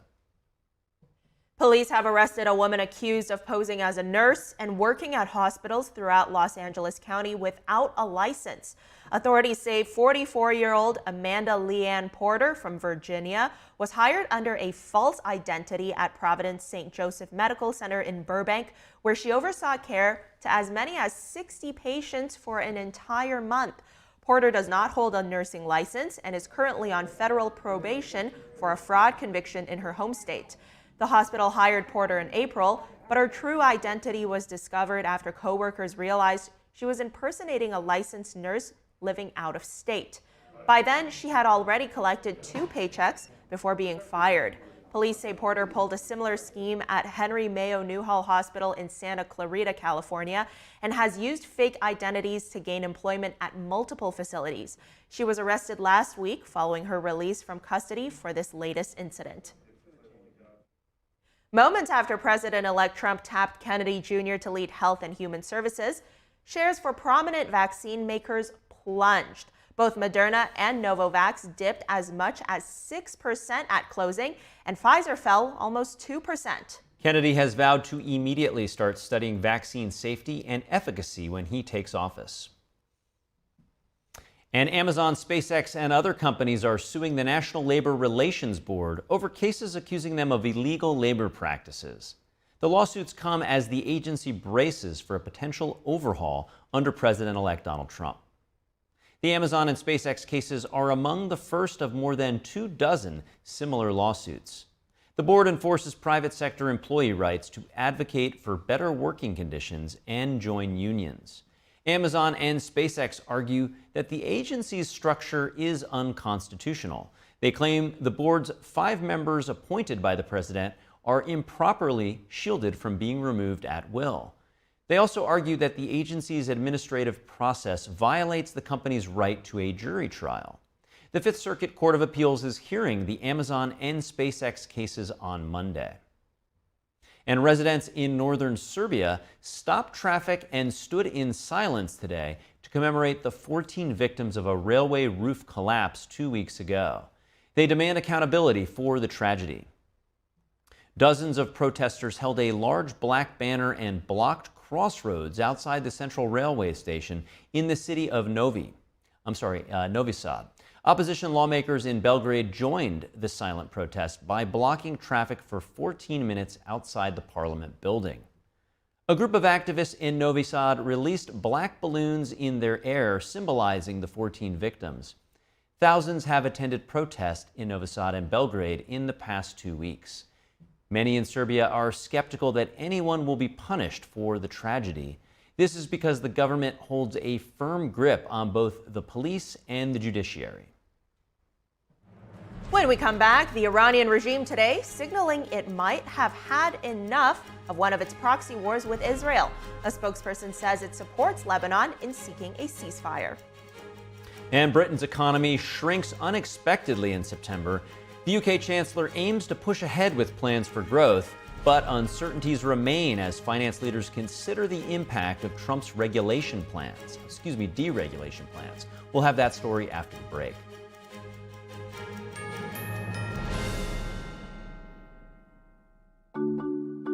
My mom and dad were traditional Asian parents. Now, my father would go to work before I woke up in the morning, and then he would come home too tired to play with me.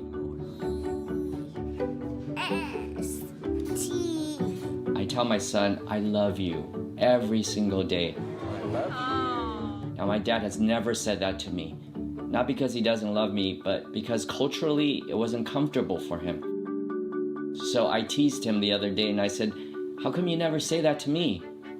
And he said, you're too old now. Now that he's a grandfather, he says, I love you to my son every time he sees him. My advice to all the fathers out there, forget the material things, forget the cultural restrictions. They grow up way too fast for you to waste even a single precious minute or moment. Say bye-bye. Bye-bye.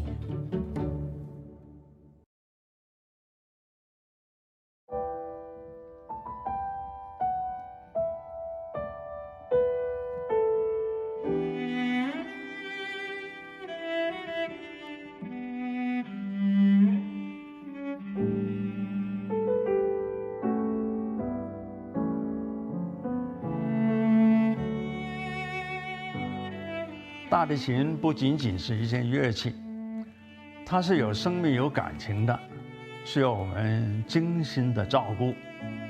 往往我们一个小小的动作，可能都会对人情绪产生微妙的影响。天音的品牌是福星，我们对于传统的理念很荣幸被神韵艺术团选为指定供应商。时间是酿造音色的不可替代的陪伴。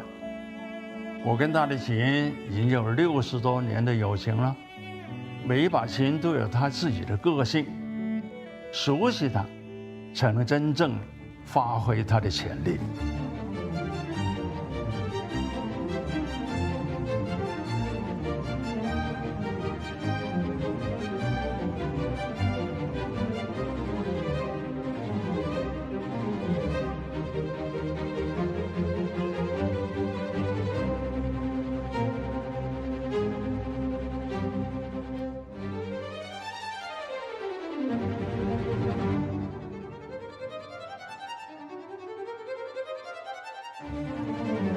所以，我希望给你的每一把琴，都是首先我所信任的。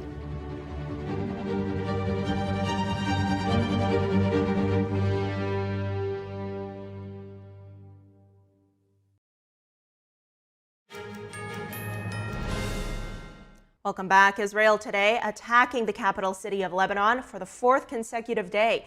That's as fighting with Iran-backed terrorist group Hezbollah continues. Iran is now signaling that it wants to end the conflict. The regime says it'll back any decision taken by Lebanon to secure a ceasefire. Explosions rocked Beirut's southern suburbs early this morning. The southern area of Lebanon's capital is known for being a Hezbollah stronghold. The Iranian regime also has a strong influence in the area. There are some signs now that fighting between Hezbollah and Israel might be getting closer to an end. An advisor to Iran's supreme leader says the regime will support Lebanon in securing a ceasefire with Israel. This signals Tehran wants to end the conflict. The fighting has already dealt heavy blows to Iran's ally Hezbollah, and the conflict intensified drastically on October 8th when Hezbollah started firing rockets across the Israeli border after the October 7th attacks. U.S. Energy Secretary Jennifer Granholm voiced her opposition to canceling the U.S. electric vehicle tax credit Friday. This comes after news reports said Trump's transition team plans to halt the $7,500 consumer tax credit for buying EVs. So you eliminate these credits, and what do? You end up ceding the territory to other countries, particularly China, who I know is obviously an economic competitor. Under the Inflation Reduction Act, anyone buying an EV could qualify for the tax savings. But here's the kicker. They don't get the money if the car's batteries have components or minerals sourced from China. The Treasury Department's latest update clarifies that rule. It says that beginning in 2025, EVs eligible for the tax credit may not contain critical minerals processed in countries including China. That gives automakers a 2-year grace period. Britain saw its economy contract unexpectedly in September, and the UK Chancellor says she is not pleased about it. The blow comes as she tries to push ahead with plans for growth. At the same time, economists and leaders are wondering what the impact of the incoming Trump administration will have on the finance industry. NTD's international correspondent Malcolm Hudson has more from London. Britain's economy contracted in September and growth slowed to a crawl during the third quarter, according to new data published on Friday. This is a setback to British Chancellor Rachel Reeves's ambitions for economic growth. Here's what she has to say. Growth is the #1 mission of this government, to turn around the poor performance of the last decade or so. Am I satisfied with the numbers published today? Of course not. I want growth to be stronger, to come sooner, and also to be felt by families right across the country. The Office for National Statistics said GDP slipped by 0.1% in monthly terms during September. The service sector, which makes up the bulk of the British economy, flatlined, while manufacturing and construction dropped. Over the third quarter as a whole, Britain's economy grew by 0.1%, slowing down from 0.5% during the second quarter. On Thursday, Reeves promised a reboot of regulation governing Britain's financial industry. So while maintaining important consumer protections, upholding international standards of regulation, and protecting the vital stability of our financial services system, now is also the moment to rebalance our approach and take forward the next stage of reforms needed to drive growth, competitiveness, and investment. Reeves wants to consolidate some 146 public sector pension plans into 8 mega-fund pension structures. These would be large enough to bankroll ambitious infrastructure projects and under-supported growth firms. She said these megafunds could unlock $100 billion of investment. Her speech came as leaders across the industry braced for a possible bonfire of regulation on Wall Street following President-elect Donald Trump's second term in office. Leaner taxes and lighter rules on capital would likely widen an earnings gap between US banks and their global competitors. Britain's central bank governor, Andrew Bailey, said Brexit impacted trade with the European Union. The impact on trade seems to be more in goods than services, which I don't think is particularly surprising. But it underlines why we must be alert to and welcome opportunities to rebuild relations while respecting that very important decision of the British people. He said Britain needed to look at the wider picture for growth and not just the impact of Brexit. Many economists are looking at the potential impact of Trump's proposed universal 10% tariffs on all US imports. Britain will seek to persuade Trump tariffs on British imports are not in his interest. Malcolm Hudson, NTD News, London. Monday was Veterans Day, but it's important to remember veterans' sacrifice and bravery any other day of the year. In the most recent data released, there was a 6% rise in suicide rates among service members between 2022 and 2023 alone. Joining us now to discuss this in more detail is retired Major General Bob Dees, former commander of the Task Force for Missile Defense and president of the National Center for Healthy Veterans. General, thank you for joining us today. Let's start with these numbers I just mentioned there. We are seeing this rise in suicides among service members, according to statistics from the Defense Department. Why is that? Well, they're sobering numbers, first of all, and any lost life is tragic, and then numbers of these are doubly tragic. Why is that? The best of minds are trying to figure this out. I personally think that it has to do with a holistic approach to suicide. We find at the National Center for Healthy Veterans that defeating isolation is very important. That's one of the primary causes of suicide. So we bring veterans back together with other veterans, and their camaraderie, their community to defeat isolation is very important. This is hard because, particularly in the active duty military, there's challenges related to admitting weakness, and there's still a stigma. And sometimes people will isolate either physically or within themselves. They'll draw inward, and that's a dangerous place to be. So defeating isolation, first step. Absolutely. It's, of course, such a big jump to go from active duty to then returning to civilian life. What other challenges do vets face in that process that maybe us as civilians don't really even realize is a challenge?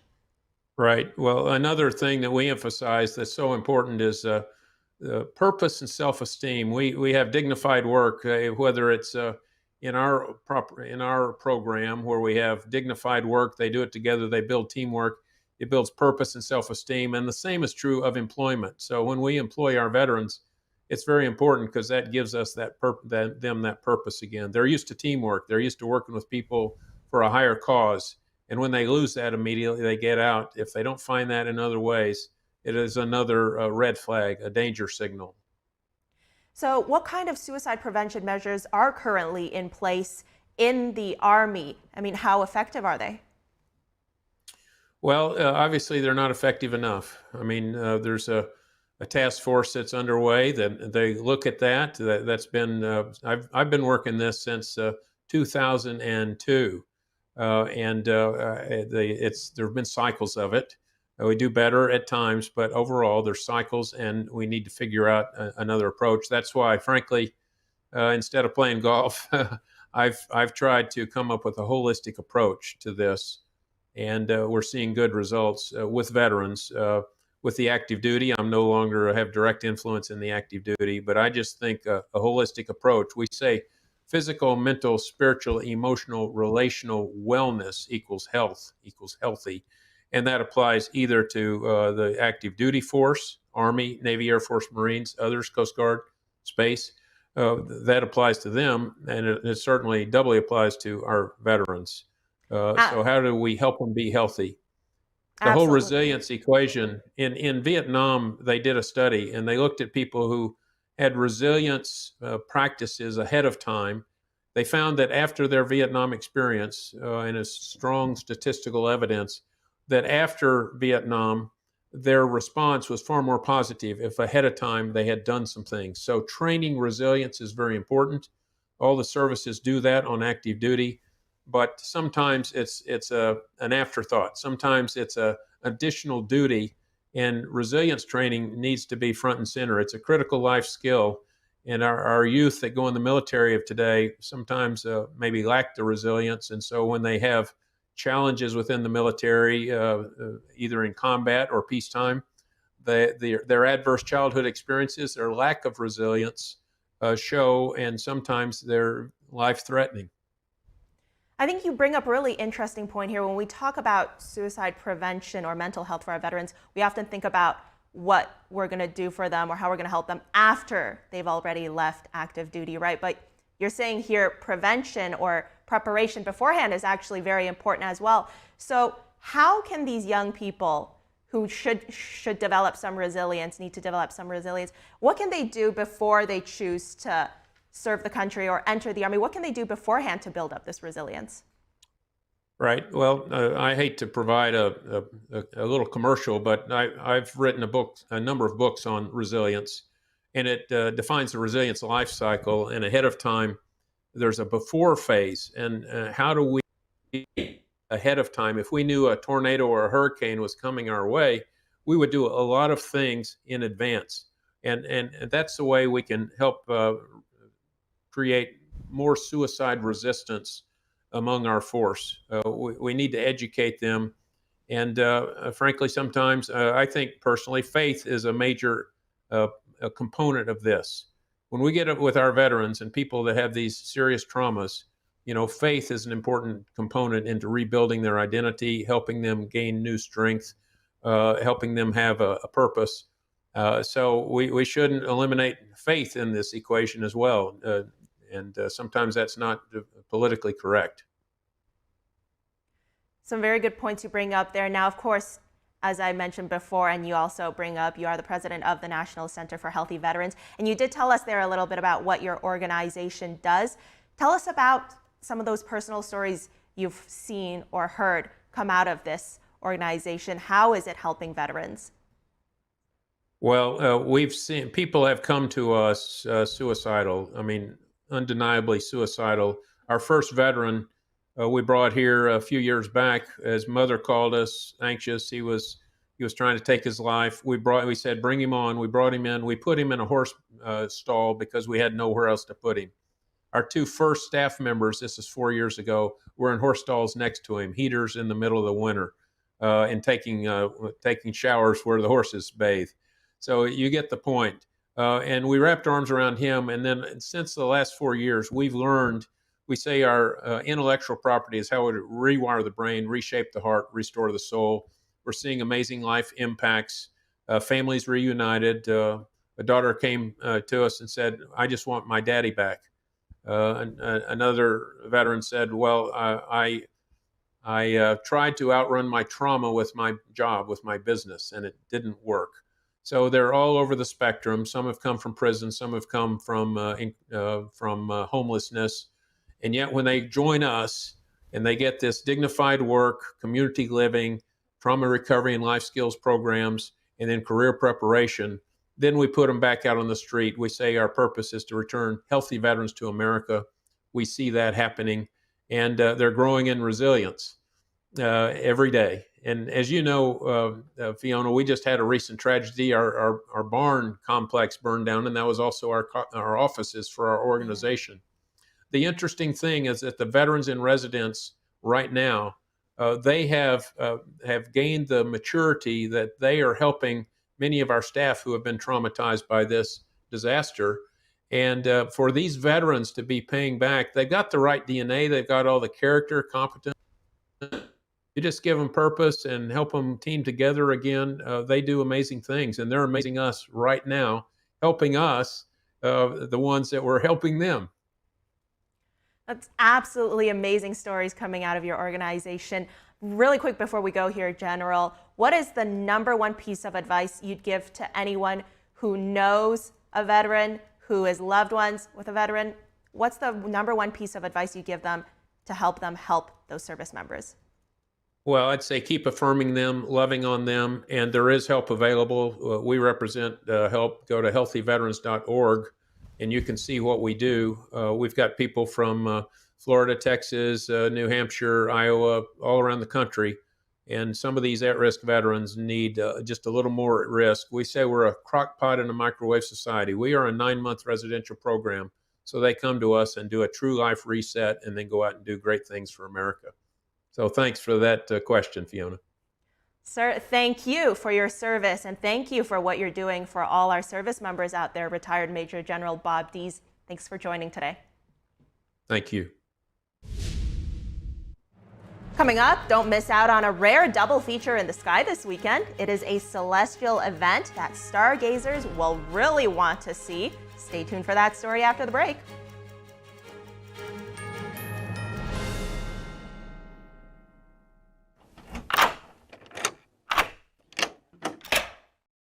I'm Jonathan Lawson. If you're 50 to 85, I have an important message about security. Write down the number on your screen so you can call when I finish. The lock I want to talk to you about isn't the one on your door. This is a lock for your life insurance, a rate lock that guarantees that once you're insured, your rate can never go up at any time for any reason. But be careful. Many policies you see do not have one. But you can get a lifetime rate lock from Colonial Penn. Call this number to learn more. This plan was designed with a rate lock for people on a fixed income who want life insurance that fits their budget and is simple to get. Coverage options start at $9.95 a month, less than 35 cents a day. Act now, and your rate will be locked in for life. It will never increase, guaranteed. This is lifelong coverage that can never be canceled as long as you pay your premiums, guaranteed. And your acceptance is guaranteed, with no health questions. You cannot be turned down because of your health. Call for your information kit and read about this rate lock for yourself. You'll also get a free beneficiary planner. Both are free with no obligation. Don't miss out. Call for information, then decide. Read about the 30-day 100% money-back guarantee. Don't wait. Call this number now. Call now and you'll also get this free beneficiary planner. Use this valuable guide to record important information and your final wishes, and it's yours free just for calling. So don't wait. Call 1-800-357-4821 for your free information. That's 1-800-357-4821. There's no risk or obligation. That number again is 1-800-357-4821. That's 1-800-357-4821. 1-800-357-4821. Call now.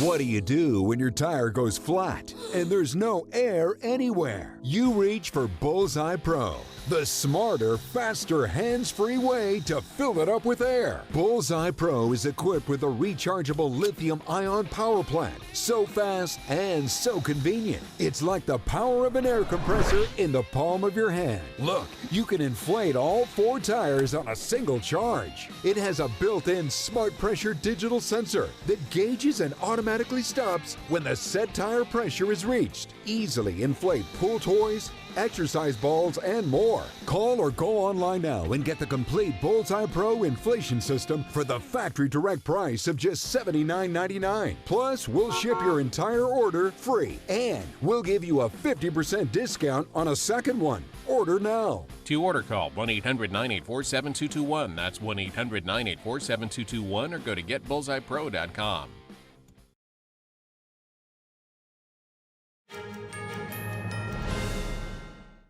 Former heavyweight champion Iron Mike Tyson set to square off against YouTuber turned boxer Jake Paul tonight in Arlington, Texas.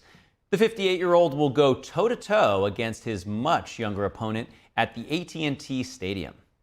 Tyson and the 27-year-old will fight 8 two-minute rounds. Iron Mike retired in 2005 with a record of 50 wins and 6 losses, including 44 knockouts. Paul debuted as a pro boxer about 4 years ago and is 10-1 with 7 knockouts. The fight was originally scheduled for July 20th, but had to be postponed after Tyson was treated for a stomach ulcer. Coverage of the event from the home of the NFL's Dallas Cowboys will be streamed on Netflix starting at 8 p.m. Eastern. The holiday travel season is ramping up. With millions of travelers set to pass through security checkpoints, the Transportation Security Administration is sharing 10 things that travelers need to remember to simplify the screening process. The first and most likely surprising one is do not forget to bring your ID. It may be hard to believe, but TSA says people really do say they left their ID at home. Next up, leave your gun behind. Same goes for knives and all other weapons. Finish your beverage and make sure any reusable water bottles are empty.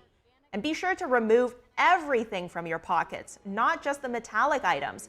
Most travelers have to remove their shoes at the checkpoint, so don't forget to wear your socks. Make sure your luggage lock is TSA compliant. And remember that you can bring medications, but you'll need to let an agent know if it's a liquid. There are some additional reminders good for travelers of a certain age. If you have TSA pre-check, children 12 and under don't need it. They can get in line with you. And passengers who appear 12 and under or 75 and older don't need to remove their shoes and jackets. And don't forget to look up this weekend. Stargazers won't want to miss this rare double feature. The Beaver Moon is the last supermoon of the year to grace the night sky, and this will coincide with the Leonid meteor shower. Stargazers in Qatar, Saudi Arabia, and the United Arab Emirates were the first to see this spectacular show in the sky. The Beaver Moon will reach its full phase at 4:29 p.m. today. It will appear extra large as it rises. Wow, look at that. This is because of an optical illusion called the moon illusion. A retired program executive at NASA said that the Beaver Moon will appear full for about 3 days. This moon gets its name from the time of year when beavers start to prepare for hibernation. A supermoon occurs when a full moon coincides with the moon's closest approach to Earth in its elliptical orbit. The Leonid meteor shower, meanwhile, will be at its brightest Saturday night into early Sunday morning. These will remain visible until December 2nd. The next supermoon is not expected until November of 2025, a whole year away. Coming up, Elon Musk updates his OpenAI lawsuit, adding Microsoft as a defendant, accusing them of being a monopoly. Stay tuned for that story.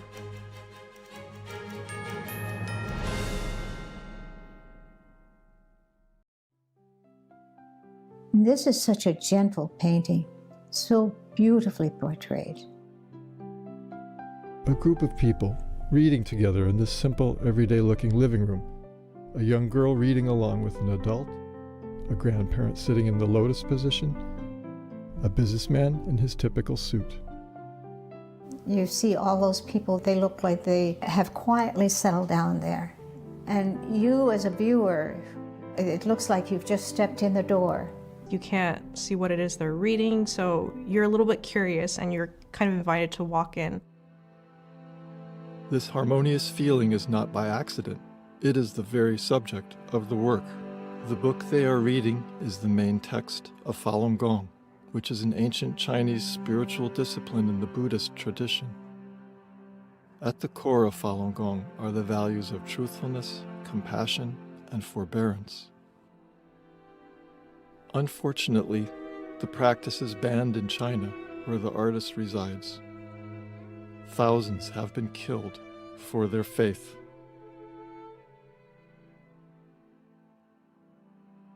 Golden energy blooms into the room as a result of their steadfast faith. The painting on the back wall reminds us of this work's title, Plum Blossoms in a Muddy World. It's also a metaphor for the practitioners that are sitting in the room as plum blossoms. They signify perseverance and hope that all brutal winters end and life is renewed once again. The magical painting.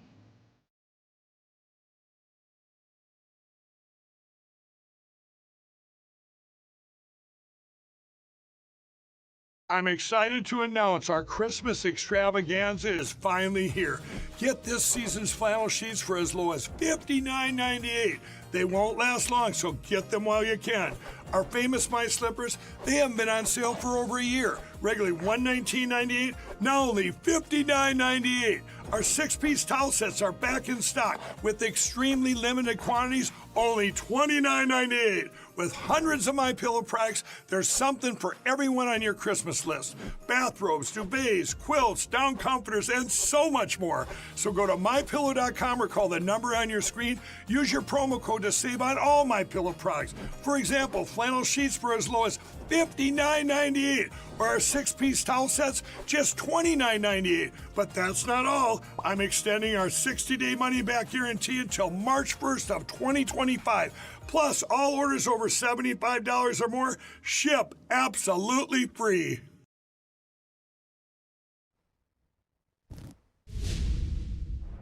Welcome to NTD Newsroom. I'm Fiona G. I'm Carrie Dunst. President-elect Trump picking more White House staff as he announces his choice for Interior Secretary. How will that role work on Trump's plan to expand oil drilling? And how are politicians reacting to Trump's latest appointments? Elon Musk updates his OpenAI lawsuit, adding Microsoft as a defendant, accusing them of being a monopoly. Pet cats and dogs now on the same side and up against companies. A growing debate over pet benefits and whether employees should be allowed to use sick time for a pet. Turkey has become more of a side dish, with Black Friday deals taking over as the main course this month. Retailers are already rolling out their deep holiday discounts.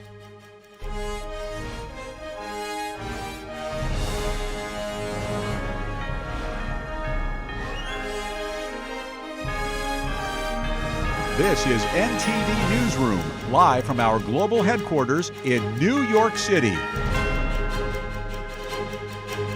President-elect Donald Trump is announcing more members of his White House team. That's right, they are 2 advisors that have been with him since his first campaign in 2016. Stephen Chung will be Director of Communications and Assistant to the President. He previously served in the first Trump White House as Director of Strategic Response and on Trump's 2024 campaign as Communications Director. And Sergio Gore will serve as Director of the Presidential Personnel Office and also Assistant to the President. He ran the pro-Trump super PAC Right for America. Trump said in a statement, "I am thrilled to have them join my White House." President-elect Donald Trump nominated former Securities and Exchange Commission Chairman Jay Clayton to serve as Manhattan's top federal prosecutor yesterday. Clayton is a political independent. He developed a reputation while at the SEC for trying to forge consensus with the agency's Democratic commissioners. Clayton is likely to be seen as a somewhat unconventional pick for the office. He doesn't have any criminal law experience, but the choice of Clayton to lead the office is likely to draw less opposition from Trump's critics than other picks might. The Manhattan U.S. Attorney's Office is known for an unusual degree of independence from the Justice Department compared with its counterparts around the country. And President-elect Trump has tapped Florida's senior senator, Marco Rubio, for Secretary of State. What does his nomination tell us about the future of U.S. foreign policy? We bring in our Washington correspondent, Luis Martinez, for more on the story. Senator Marco Rubio is slated to become the first Hispanic Secretary of State of the United States.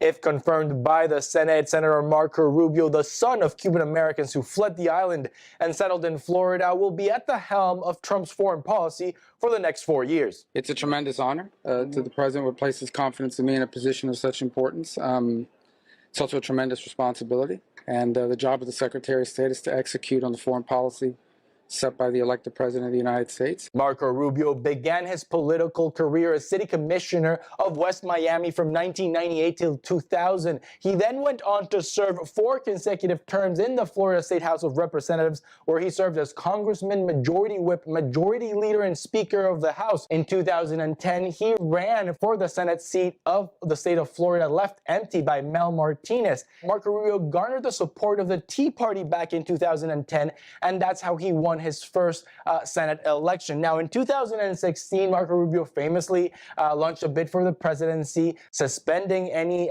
re-election process for his Senate seat. But after Marco Rubio lost to former President Donald Trump during the Florida state primaries, he then retook his bid to be re-elected in the Senate. And in 2022, the midterm elections, Marco Rubio was elected to a 3rd term as senator for Florida with more than 57% of the support in that state. Senator Marco Rubio is the ranking member in the Senate Select Intelligence Committee for the Republican Conference, and he has also served for multiple years in the Foreign Affairs Committee of the Senate. Of the topics that Senator Marco Rubio has been most outspoken about, we can highlight Ukraine funding. The last batch of Ukraine aid sent and approved by Congress, Marco Rubio voted against it as it had no endgame for the conflict. Also, communism in Latin America. Senator Marco Rubio was known during the first Trump administration as the virtual Secretary of State for Latin America, as he was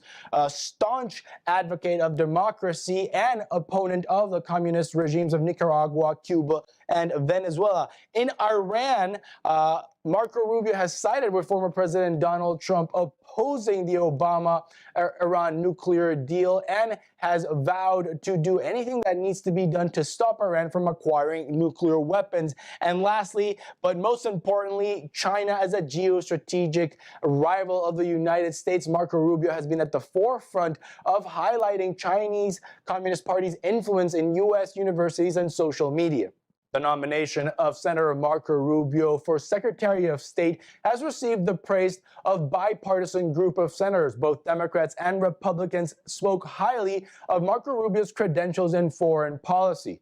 Reporting from Washington, D.C., Luis Eduardo Martinez, NTD News. And staying on the topic of Trump's second administration, what does Robert F. Kennedy Jr. bring to his nomination to become the next health secretary? Tune in at 7 p.m. Eastern Time to hear what a former Trump White House healthcare official and naturopathic doctor has to say on the Capitol Report with Steve Lance here on NTD News. President-elect Trump gave an update yesterday on the Department of Government Efficiency, or the DOGE. He said the panel will issue reports about its work to cut the fat out of government. Trump says the panel will provide advice on slimming down the government and cutting regulations. It will also give guidance on reducing spending and restructuring federal agencies. Trump and Elon Musk have suggested the panel will make dramatic cuts. However, of course, Congress can take or disregard the advice. Musk says the panel will post its actions for public comment in an effort to be transparent. On the same topic, the Department of Government Efficiency announced a recruitment drive yesterday.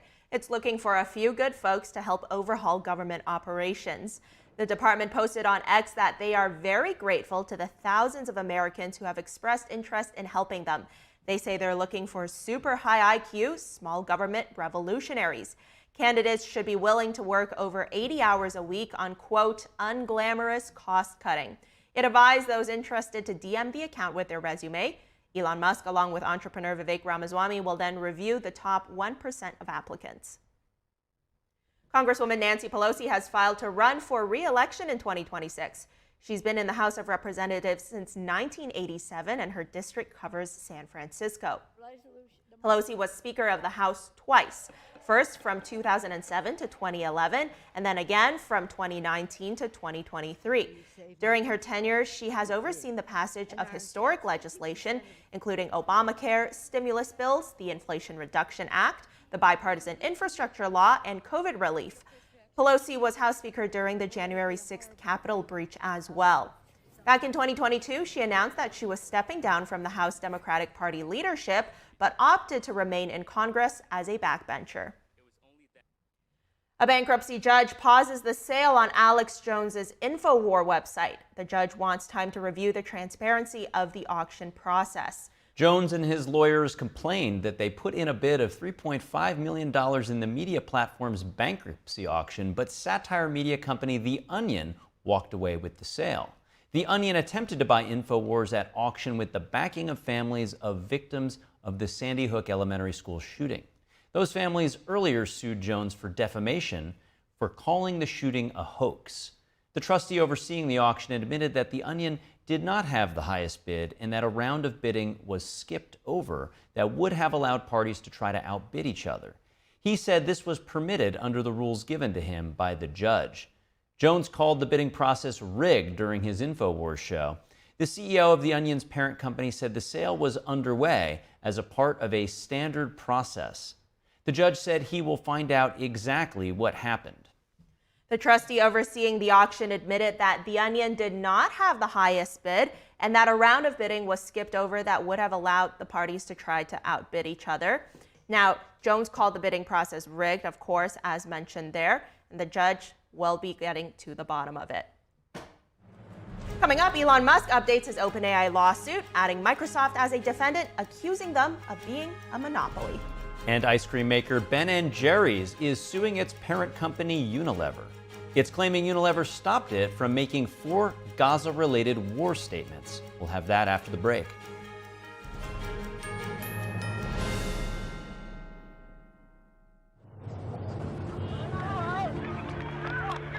There are real consequences to controlled media.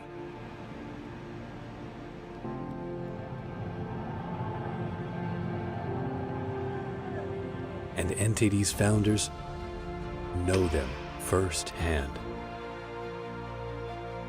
Our freedom of thought is the price. This is the lesson that guides us in everything we do. Yeah, so there's the tear gas there. We know the value of a free society.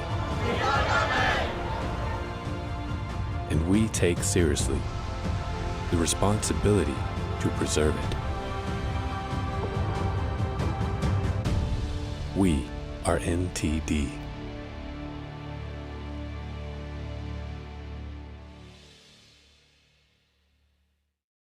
Get store-wide savings at Mathis Home with Black Friday deals all month long.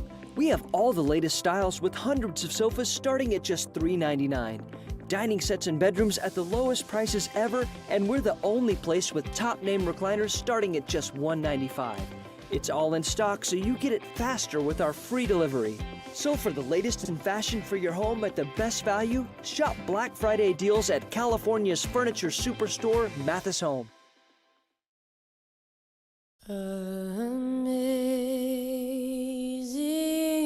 grace, how sweet the sound that saved a wretch like me.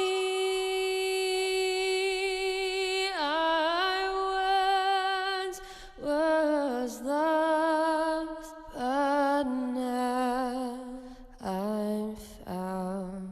Was blind, but now I see. They're just young people, hungry, homeless, and vulnerable. Abused youth often feel safer on the street. Now, more than ever, that's the most dangerous place of all. Covenant House is helping young adults facing homelessness. We're providing safe shelter to thousands, but the need is overwhelming, and no young person is ever turned away. Please call or go online now with your gift of $19 a month to help a young person. You'll provide safe shelter, hot meals, and medical care. Your gift will show them they're loved. Homeless young people are afraid and alone with nowhere else to turn. You want to know that there's somewhere you can go that's safe. So the Covenant House did that for us. Please call now with your gift of $19 a month. We'll send you this blanket as a reminder of the comfort your gift provides a young person tonight. Please don't wait. Your gift is the lifeline a young person needs now. Call the number on your screen or go online to safeplacetosleep.org. Thank you for saving precious lives.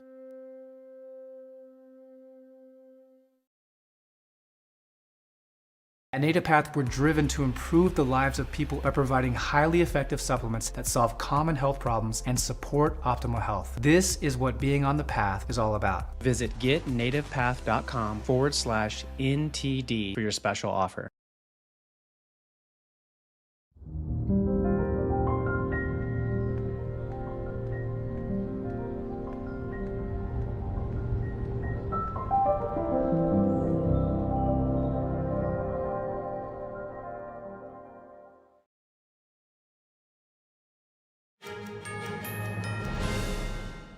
Welcome back. For today's Business Matters, we're joined by Don Ma. Don, good to see you. Yeah, good to see you guys. What's happening? All right, let me give you guys a stock update to start off the show. Supermicro stock is down 85%, and come Monday, it could be kicked off the NASDAQ. The server company has been riding alongside the rise of AI. Its shares soared to its peak in March this year, but has nosedived since. Now the company could be delisted off the NASDAQ. It needs to file a viable compliance plan by Monday. The plan will explain how and when Supermicro will file its 2024 year-end report with the Securities and Exchange Commission, and as well explain why it was late. Supermicro could get delisted from the NASDAQ if it missed the deadline or if the SEC rejects its submission. The company is also trying to replace its accounting firm after Ernst & Young stepped down last month. Bumper-to-bumper competition in the auto market has pushed General Motors to lay off about 1,000 workers worldwide. The company confirmed the layoffs but gave few additional details. The layoffs mostly impact white-collar workers, and the company said those affected were notified today. GM is trying to shed costs to remain competitive while also navigating an uncharted journey to EV. Meanwhile, precious metals on the decline this week. Today, gold prices are on track for their biggest weekly dip in over 3 years. That's because expectations have receded that the Federal Reserve will be making aggressive rate cuts. The CME FedWatch tool has markets now seeing a 60% chance of a 25 basis point cut, and this is down from 80% just a day before. Gold is less attractive when there are higher interest rates. Spot silver, platinum, and palladium are down for the week as well. And the Commerce Department has finalized a $6.6 billion government subsidy for Taiwan Semiconductor Manufacturing Company. The funding will go toward the construction of a semiconductor production facility in Phoenix, Arizona. In 2022, Congress passed the CHIPS and Science Act to boost domestic semiconductor output. Taiwan produces more than 60% of the world's semiconductors. No leading-edge chips are produced in the United States at the moment. The Commerce Department has allocated $36 billion for CHIPS projects. Those initiatives include $6.4 billion for Samsung in Texas, $8.5 billion for Intel, and $6.1 billion for microtechnology. The department is working to finalize those agreements before Biden leaves office on January 20th. And more interest rates are likely coming. That's according to Federal Reserve Chair Jerome Powell. Now, Powell suggested the cuts might not be that much lower, though, over the next few months. Powell said more rate cuts are likely underway because the economy's current trends and dynamics are expected to remain in place. At least that is in the short run. That includes a slowing job market and cooling inflation facilitated by rates that are still pretty high. Now, holding borrowing costs at current rates could push up unemployment. Powell also addressed the impact of President-elect Trump's victory on the economy. He cautioned against any rash decisions. We don't actually really know what policies will be put in place. I think we have time to make assessments about what the net effects of policy changes will be on the economy before we react with policy. Trump was a regular critic of the Fed during his last term in the White House. He actively criticized the central bank's monetary policy decisions. Trump and his allies have also weighed the idea of subordinating Fed decision-making to their political authority. Now, striking in Sin City. Just before dawn, hundreds of hotel workers at a casino near the iconic Las Vegas Strip walked off the job. This is the first open-ended strike to hit the Virgin Hotels Las Vegas in 2 decades. The Culinary Workers Union is the largest labor union in the state and has about 60,000 members. The union says there will be picket lines around the property around the clock to fight for a fair contract. In response to the labor action, Virgin Hotels said it's dedicated to its team members and is fully committed to a fair resolution. Eli Lilly is suing the Health Resources and Services Administration for allegedly blocking a plan to change how it offers drug discounts to hospitals. The case centers on a federal program known as 340B. The policy allows drug makers to provide discounts to some healthcare providers that serve people on a low income. Pharmaceutical companies have to take part in the program to receive funds from government health insurance programs like Medicare and Medicaid. Fellow drug maker Johnson & Johnson sued the Health and Human Services Department this week. And the company also accused the agency of blocking its plan. General Motors' self-driving car unit, Cruise, admitted to submitting a false report yesterday to influence a federal investigation. The Justice Department said Cruise will pay a $500,000 criminal fine as part of a deferred prosecution agreement. The department said the automaker failed to disclose key details of an October 2023 crash to the National Highway Traffic Safety Administration. In that accident, one of its robo-taxis in San Francisco struck a pedestrian and dragged her 20 feet. Under the agreement, Cruise must cooperate with government investigations, implement a safety compliance program, and provide annual reports to the U.S. Attorney's Office. A commissioner for the Federal Trade Commission says the agency should look into how artificial intelligence products use data gathered from younger users. Melissa Holyoke is one of 2 Republicans who could end up as its acting chair after President-elect Trump takes office in January. The FTC enforces the Children's Online Privacy Protection Act. The legislation regulates how platforms collect younger users' data. The FTC has sued TikTok over alleged violations. The agency is headed for a shakeup when its current chair, Lina Khan, steps down or is replaced by a Trump-appointed successor. Holyoke addressed other issues as well, including the FTC's approach towards mergers and acquisitions and the agency's worker non-compete ban. Now, Ben & Jerry's, the ice cream company, is suing its parent company, Unilever. The ice cream maker claims Unilever stopped it from making public statements supporting Palestinians. Unilever rejects the claims, saying it would defend its case very strongly. NTD's Sean Marshall brings us more. Ice cream brand Ben & Jerry's said in a lawsuit filed Wednesday that parent company Unilever has silenced its attempts to express support for Palestinian refugees and threatened to dismantle its board and sue its members over the issue. The lawsuit is the latest sign of the long-simmering tensions between Ben & Jerry's and consumer products maker Unilever, which is planning to spin out its ice cream business next year. In its new lawsuit, Ben & Jerry's says that Unilever has breached the terms of the 2022 settlement, which has remained confidential. According to the lawsuit, as part of the agreement, Unilever is required to respect and acknowledge the Ben & Jerry's independent board's primary responsibility over Ben & Jerry's social mission. The lawsuit also states that Ben & Jerry's has on 4 occasions attempted to publicly speak out in support of peace and human rights, but that Unilever has silenced each of these efforts. In response to a Reuters story, Unilever said in an emailed statement, "Our heart goes out to all victims of the tragic events in the Middle East. We reject the claims made by B&J's Social Mission Board, and we will defend our case very strongly." Ben & Jerry's said in an email, "We are confident that these issues will ultimately be resolved. Due to the ongoing nature of the litigation, we are unable to comment on the specifics." Sean Marshall, NTD News. Part of the family, but not the payroll. Some bosses are drawing the line at so-called paternity leave, while the city of New York aims to solidify pet benefits. New York City Council members introduced a bill to let non-government workers use their paid sick time for pet-related medical care. With a cooled job market and companies under pressure to cut costs, pet benefits have been dialed back.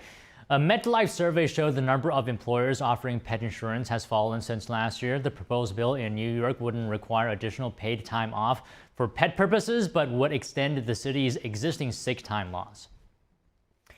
And staying in New York, the city plans a congestion mitigation charge for driving in Manhattan starting in January, reviving a move that the state indefinitely put on hold earlier this year. Here's more. New York Governor Kathy Hochul says her congestion pricing plan for drivers coming into parts of Manhattan is back, but this time set at $9. Hochul said the new change will begin in January. She's reviving the program after putting it on hold in June when it was set at a higher toll of $15. Hochul said that the charge would be crucial to making new investments in subways and buses in New York and support $15 billion in debt financing to improve mass transit. We'll also begin to drive down gridlock and the emissions as intended. And we'll deliver major environmental improvements for places like the Bronx. Hochul is racing to implement the charge before President-elect Donald Trump takes office. This week, a group of 5 New York Republicans in the U.S. House of Representatives urged Trump to kill the charge, something he has vowed to do, asking him to end what they call a, quote, absurd congestion pricing cash grab. A Trump spokesman did not immediately comment. New York's Director of State Operations, Catherine Garcia, responded to reporter questions about the threat of Trump killing the charge. Because he has vowed to kill it. We believe that we are on solid legal ground. New York's Metropolitan Transportation Authority is expected to vote on the measure next week. The MTA has said congestion pricing would cut traffic by 17%, improve air quality, and increase mass transit use by 1 to 2%. And the holiday travel season is ramping up with millions of travelers set to pass through security checkpoints.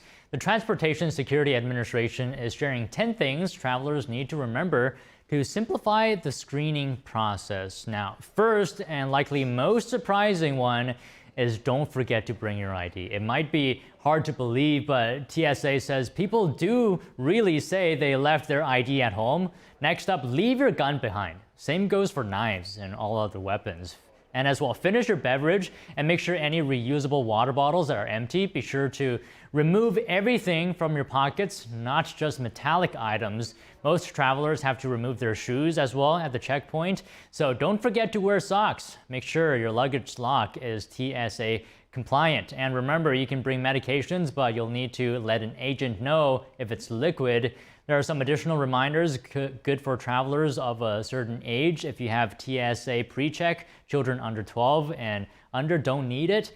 They can get in line with you, and passengers who appear 12 and under or 75 and older don't need to remove their shoes and jackets.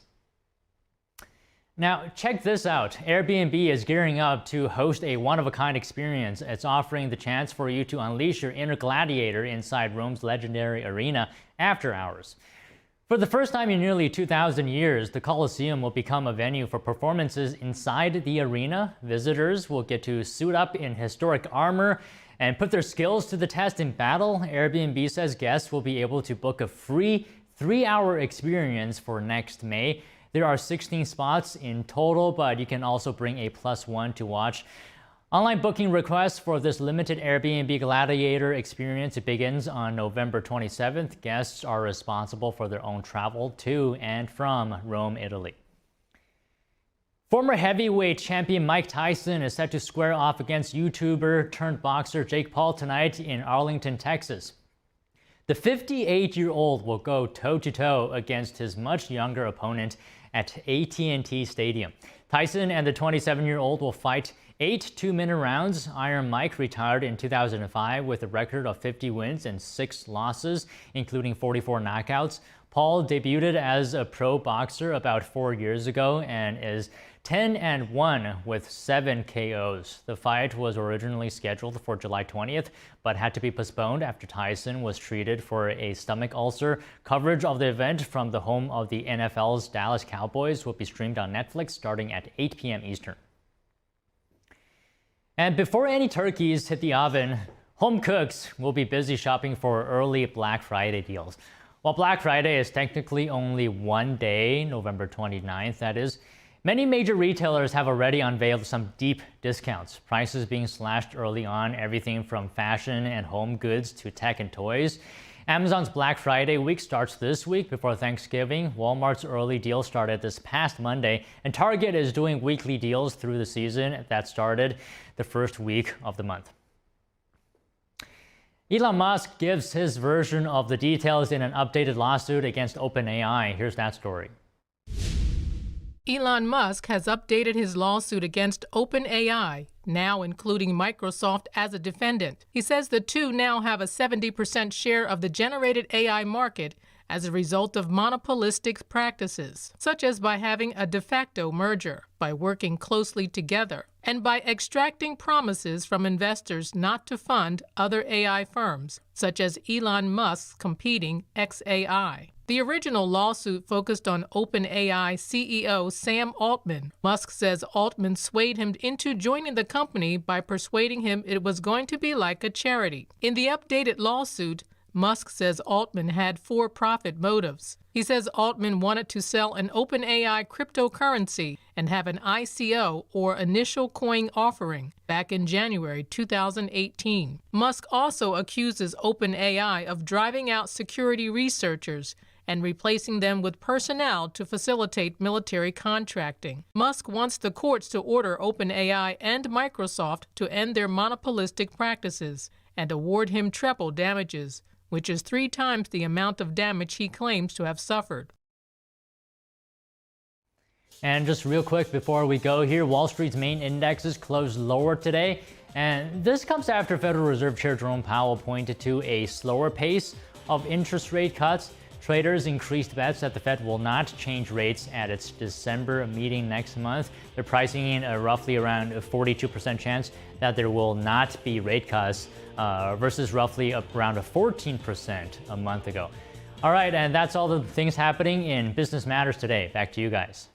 Don, I have to say, quite interesting that Netflix, not known for sports at all, they don't broadcast any of the major 4 professional sports leagues, found a very unusual fight. They found, probably the most interesting boxer of all time outside of Muhammad Ali, certainly a Gen X athlete, to now take on somebody that's a millennial athlete. I don't even know how they conceptualize this, but they just seem to do things differently. It's very interesting. I'm interested as well. I'm interested in seeing who comes out on top at the end of this fight. Mike Tyson has his experience, of course, but he is a bit older, so he might get tired faster. On the other hand, Jake Paul, he's younger, so he has that advantage, but he's definitely less experienced than Mike Tyson. But personally, I'm rooting for Mike Tyson because I've known him longer. Yeah. Would love to be a fly on the wall to understand how they even got him out of retirement. He hasn't done a professional fight in so long, but yeah, Netflix does some really unusual things. Yeah, for sure. I mean, I don't know I have to admit, I don't know too much about boxing. I know who these 2 individuals are. I know what Netflix is, and that's about the extent of my knowledge there. Well, we'll have to sit and watch and see what happens with the fight tonight. So. Yeah, all right. Well, thanks, Don. We'll see you back on Monday. And now that the presidential race has been decided, we unpack insights from President-elect Trump's win. Did he gain more ground in areas that chose the Democratic candidate last election? Why did some voters change their minds this time around? NTD's data analyst with the story. Stay with us.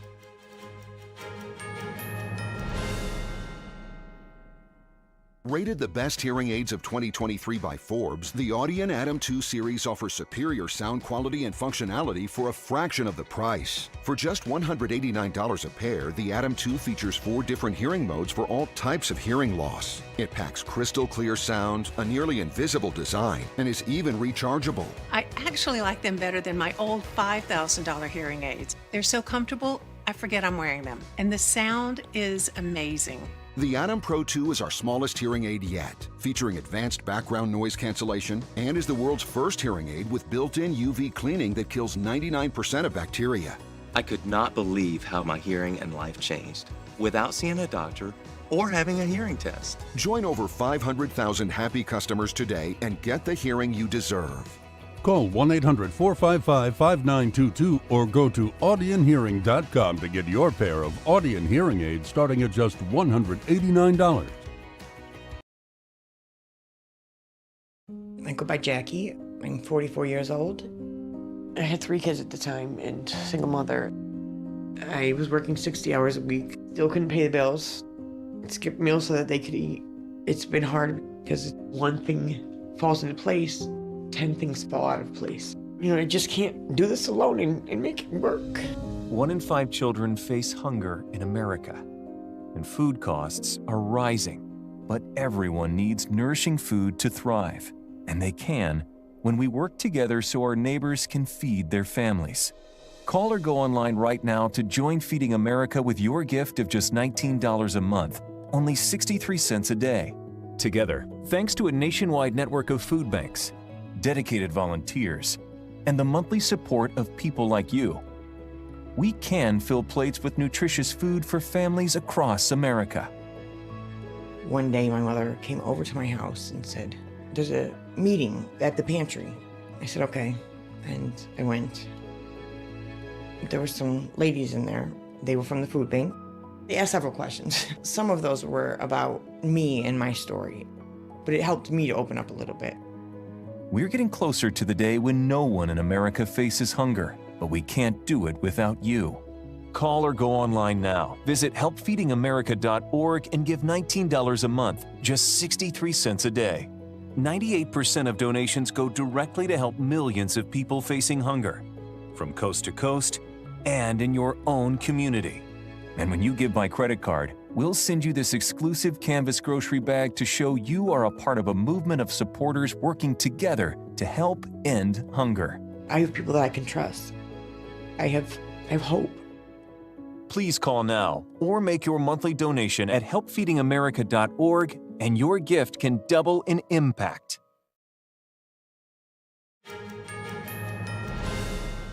Thanks for staying with us. President Joe Biden is in Peru attending the Asia-Pacific Economic Cooperation Summit.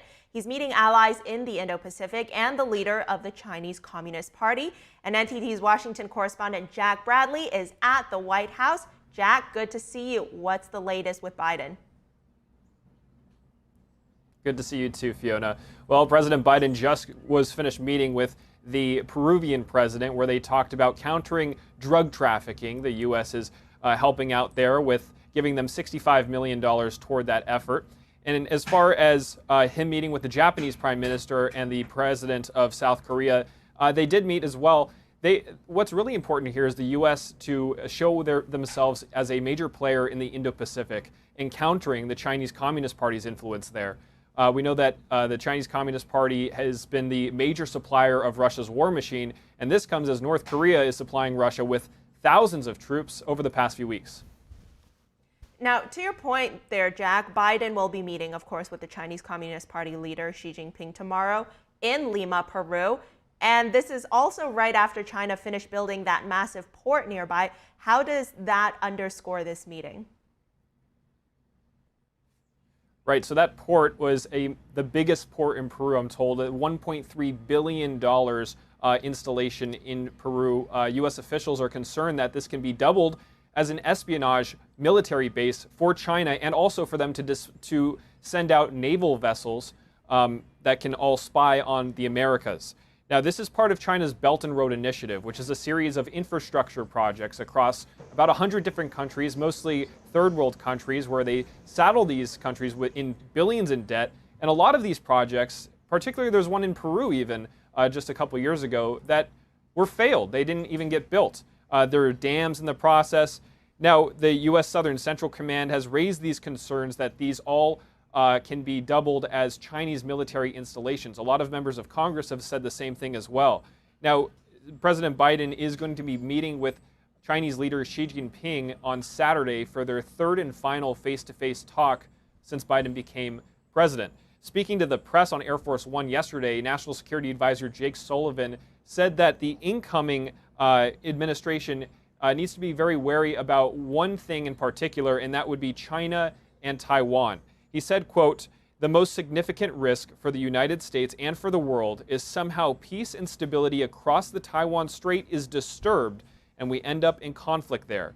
He goes on to say that because of the size of the risk, even if it's not that likely, it's something that has to be at the top of the agenda. And he's referring to the next administration. He went on to say that the next administration needs to be aware of China's aggression in the South China Sea, where they're ramming Philippine Coast Guard vessels and blocking them from doing resupply missions, as well as maintaining dominance, the U.S. maintaining dominance in the technology field and economy. We know that China uses non-market practices by flooding the market with overproduced goods. They're subsidizing these goods, making it very cheap on the market, and the Biden administration is bewaring the next administration to be careful on that end. Biden will head to Brazil to meet with the G20 leaders after all this, the APEC meeting and the meeting with Xi. Fiona? Jack Bradley, keep us updated. Thank you. And we're continuing with some political coverage of the presidential race. We have some findings from the data that may help explain how voters in different areas have changed their minds from the last election. NTD's Kevin Hogan is at the Data Hub now. Kevin, when you look at the county level data, what stands out to you? So we analyzed nearly all the counties in the country, about 3,000 or more, excluding California because they're still counting. And we plotted them out, and that's what you see here. So these are all circles. Those are counties. And we're showing the counties that shifted to Trump in this election from the last election. You don't see all 3,000 dots there because we trimmed it out, but they're all in the data. We're just not displaying all of them. And there are some counties below that shifted to Harris. Again, those are in the minority, like about 10%. 90% of the counties shifted to Trump, and that's what we're looking at. So we've plotted this on 2020 margin in the x-axis, and these are the counties that Trump won in 2020, the counties that Biden won in 2020, and we've plotted them against their shift to Trump in this election. So the higher the county is, the more it shifted to Trump. So that's a 20-point shift, 28-point shift to Trump, for example, in this county. So when you average all that out and you include all the data, what do you get? Well, that's when this trend line right here emerges. And as you can see, this trend line is going up and to the right. So what does that mean? That means that in areas that are bluer, Trump gained more ground. It's kind of compressed, it's a little hard, but that line is actually going up. So that's the big story here, that it wasn't just Trump getting a lot of increased margins in his rural areas, in his base, to propel him to the White House necessarily. It was that he was actually picking up more ground in bluer areas. Those are the counties that Biden won. So now, for example, we're going to take a look at a couple key county groups in this area that we're going to examine to find out what happened in some of those areas. So right here, we're just going to show the flip line. So any counties that are in this area, in this little wedge right here, that means that those counties were counties that Biden carried, and then they have big shifts to Trump, meaning that all these counties on that side, these all flipped to Trump. So what do you see? Well, you actually have this group here in red, and those are the counties along the Texas border. So they're either on the border or right next to it. Again, big margins for Democrats. Biden carried these by anywhere from 5 to like maybe 35 points, but they have big shifts to Trump. I mean, you're looking at 15 to 27 or 28 points to Trump. And right here, that's Starr County, Texas. That county is about 97% Hispanic, and it hasn't voted for a Republican in about 100 years, but Trump was able to flip it, because you see it's on that side. Now, you might wonder, well, why was it that in these Texas border counties that Trump was able to do so well and get this huge shift to the right? Well, it could be for a couple reasons. One, dissatisfaction with the way the current administration is handling the border crisis. And two, some of these counties, again, they have very high concentrations of Hispanic voters. I mean, it could be upwards of 90%.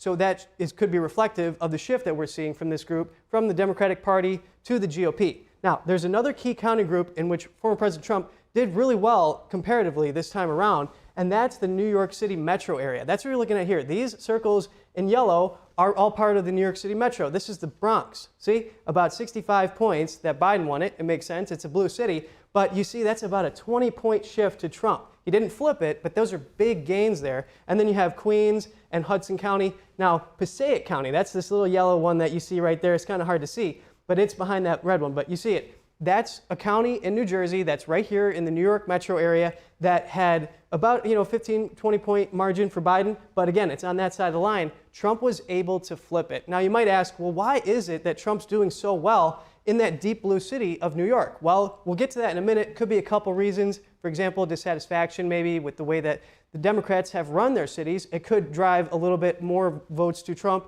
on the national level, which we'll explain in a moment. But now you see Trump is also gaining in some of these other areas, including the Sun Belt. So like, for example, right here, you have that's Miami-Dade County, which includes Miami, a big economic engine. Again, it's on this side of the line. Trump was able to flip it. What's more, you got another one right down here. That's Maricopa County, Arizona. Where's that? That's Phoenix. Again, a Sun Belt city, big economic driver. Trump was able to flip it. So now let's boil all this down to find out the bottom line number for how voters changed their mind based on whether or not it was a county that Trump carried, for example, right here in 2020, or a county that Biden won. So that's what we're looking at. How did they shift? Well, in counties that Trump won, it shifted about 3.5 points to the right. So it's not a big shift. Maybe it's because Trump already had a solid base. Maybe there wasn't quite that much room for improvement. But also, in counties that Biden won, these are bluer counties, you see that you have about a 6-point shift to the right. So that's a very big shift there. And that means that in some of those areas, there could have been more voters that were voting for Trump. Now, you might ask, well, is it Democrats? Are Democrats voting for Trump?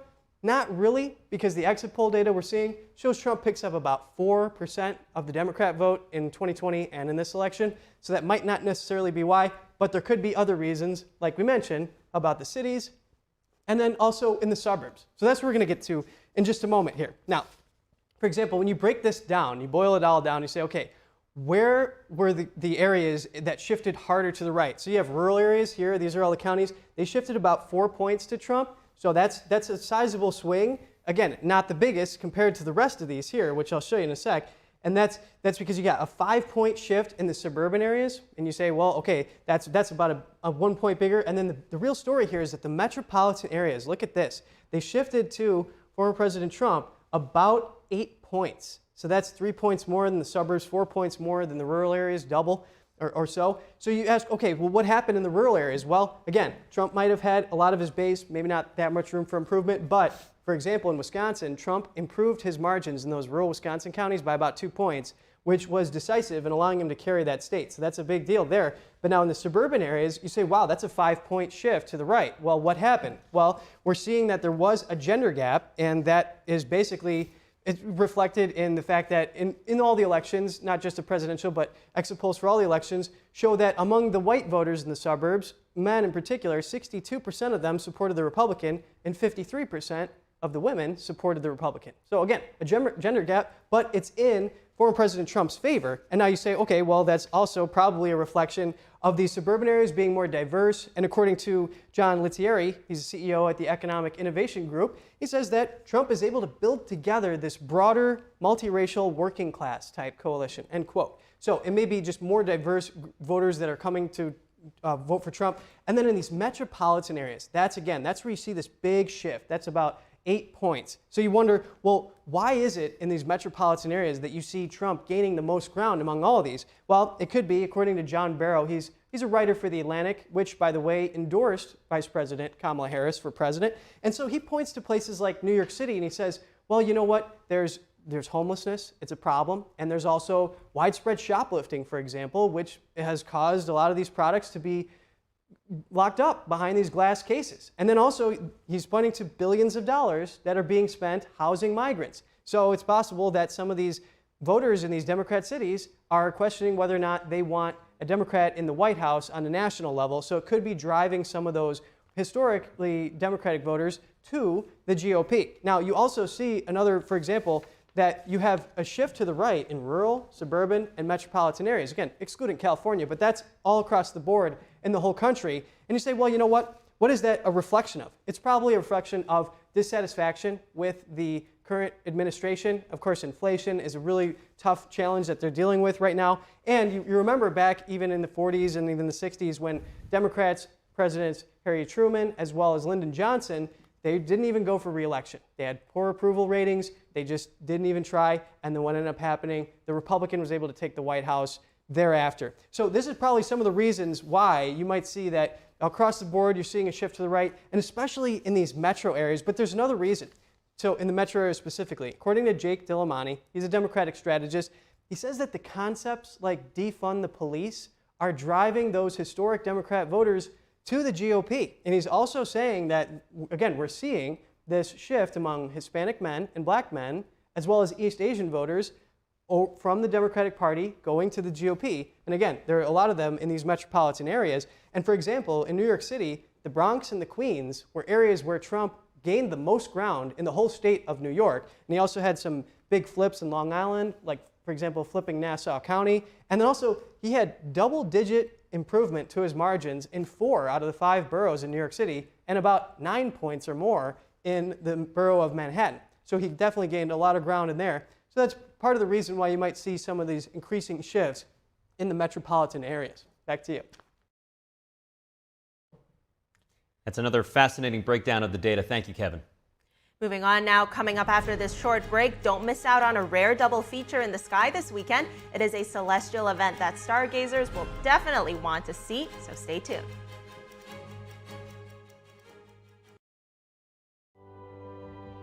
There's a whirlwind of emotion and activity going on in this painting. And there's chaos all around and threat from below. The wolves surrounding her, and they're anything but unmoved. They're moving all the time, and we sense that. But this little girl remains unmoved.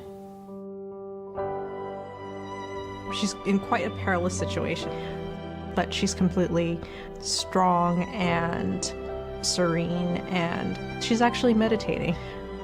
It was very, very well liked because no matter what culture or what sort of walk of life you're from, I think people, they see it and they immediately understand what that energy, what that message is, and they're drawn to it because everybody kind of needs a little bit of that in their own life, of, you know, the steadfast calmness and something to hold on to. It's definitely an inner peace in the midst of something very chaotic, and for a lot of people right now, the whole world is very, very chaotic, so I guess that's another reason why so many people are very drawn to this.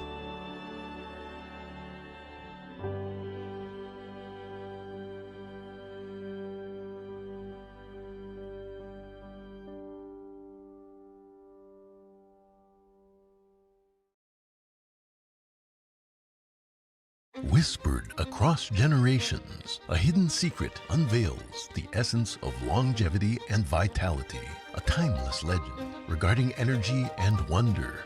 Rooted in ancient health wisdom, we proudly introduce Pure Tang Black Ginseng, a 100% natural organic energy drink made from premium 6-year-old Korean ginseng. It takes 2,260 days and nights from seed to growth, undergoing a meticulous 9-step process of steaming and drying. Black ginseng reaches its full potency, enriched with ginsenoside RG3 and enhanced absorption efficiency. No sugar, no caffeine, no artificial ingredients. Experience the pure, natural power of Pure Tang Black Ginseng. Nourish your body, strengthen your immunity, and boost your energy. To order Pure Tang Black Ginseng, please visit puretang.com.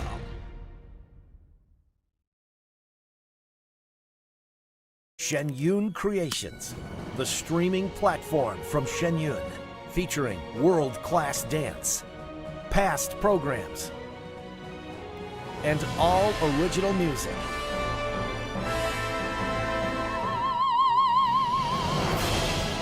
Masterclasses, behind the scenes, comedy, and more.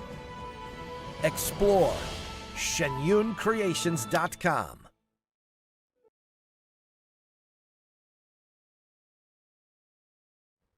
Welcome back. The 2028 Olympics in Los Angeles may still be 3 whole years away, but the International Olympic Committee spent 3 days in the city this week. That's right. They visited LA with 28 venues and assessed the city's preparedness for the event.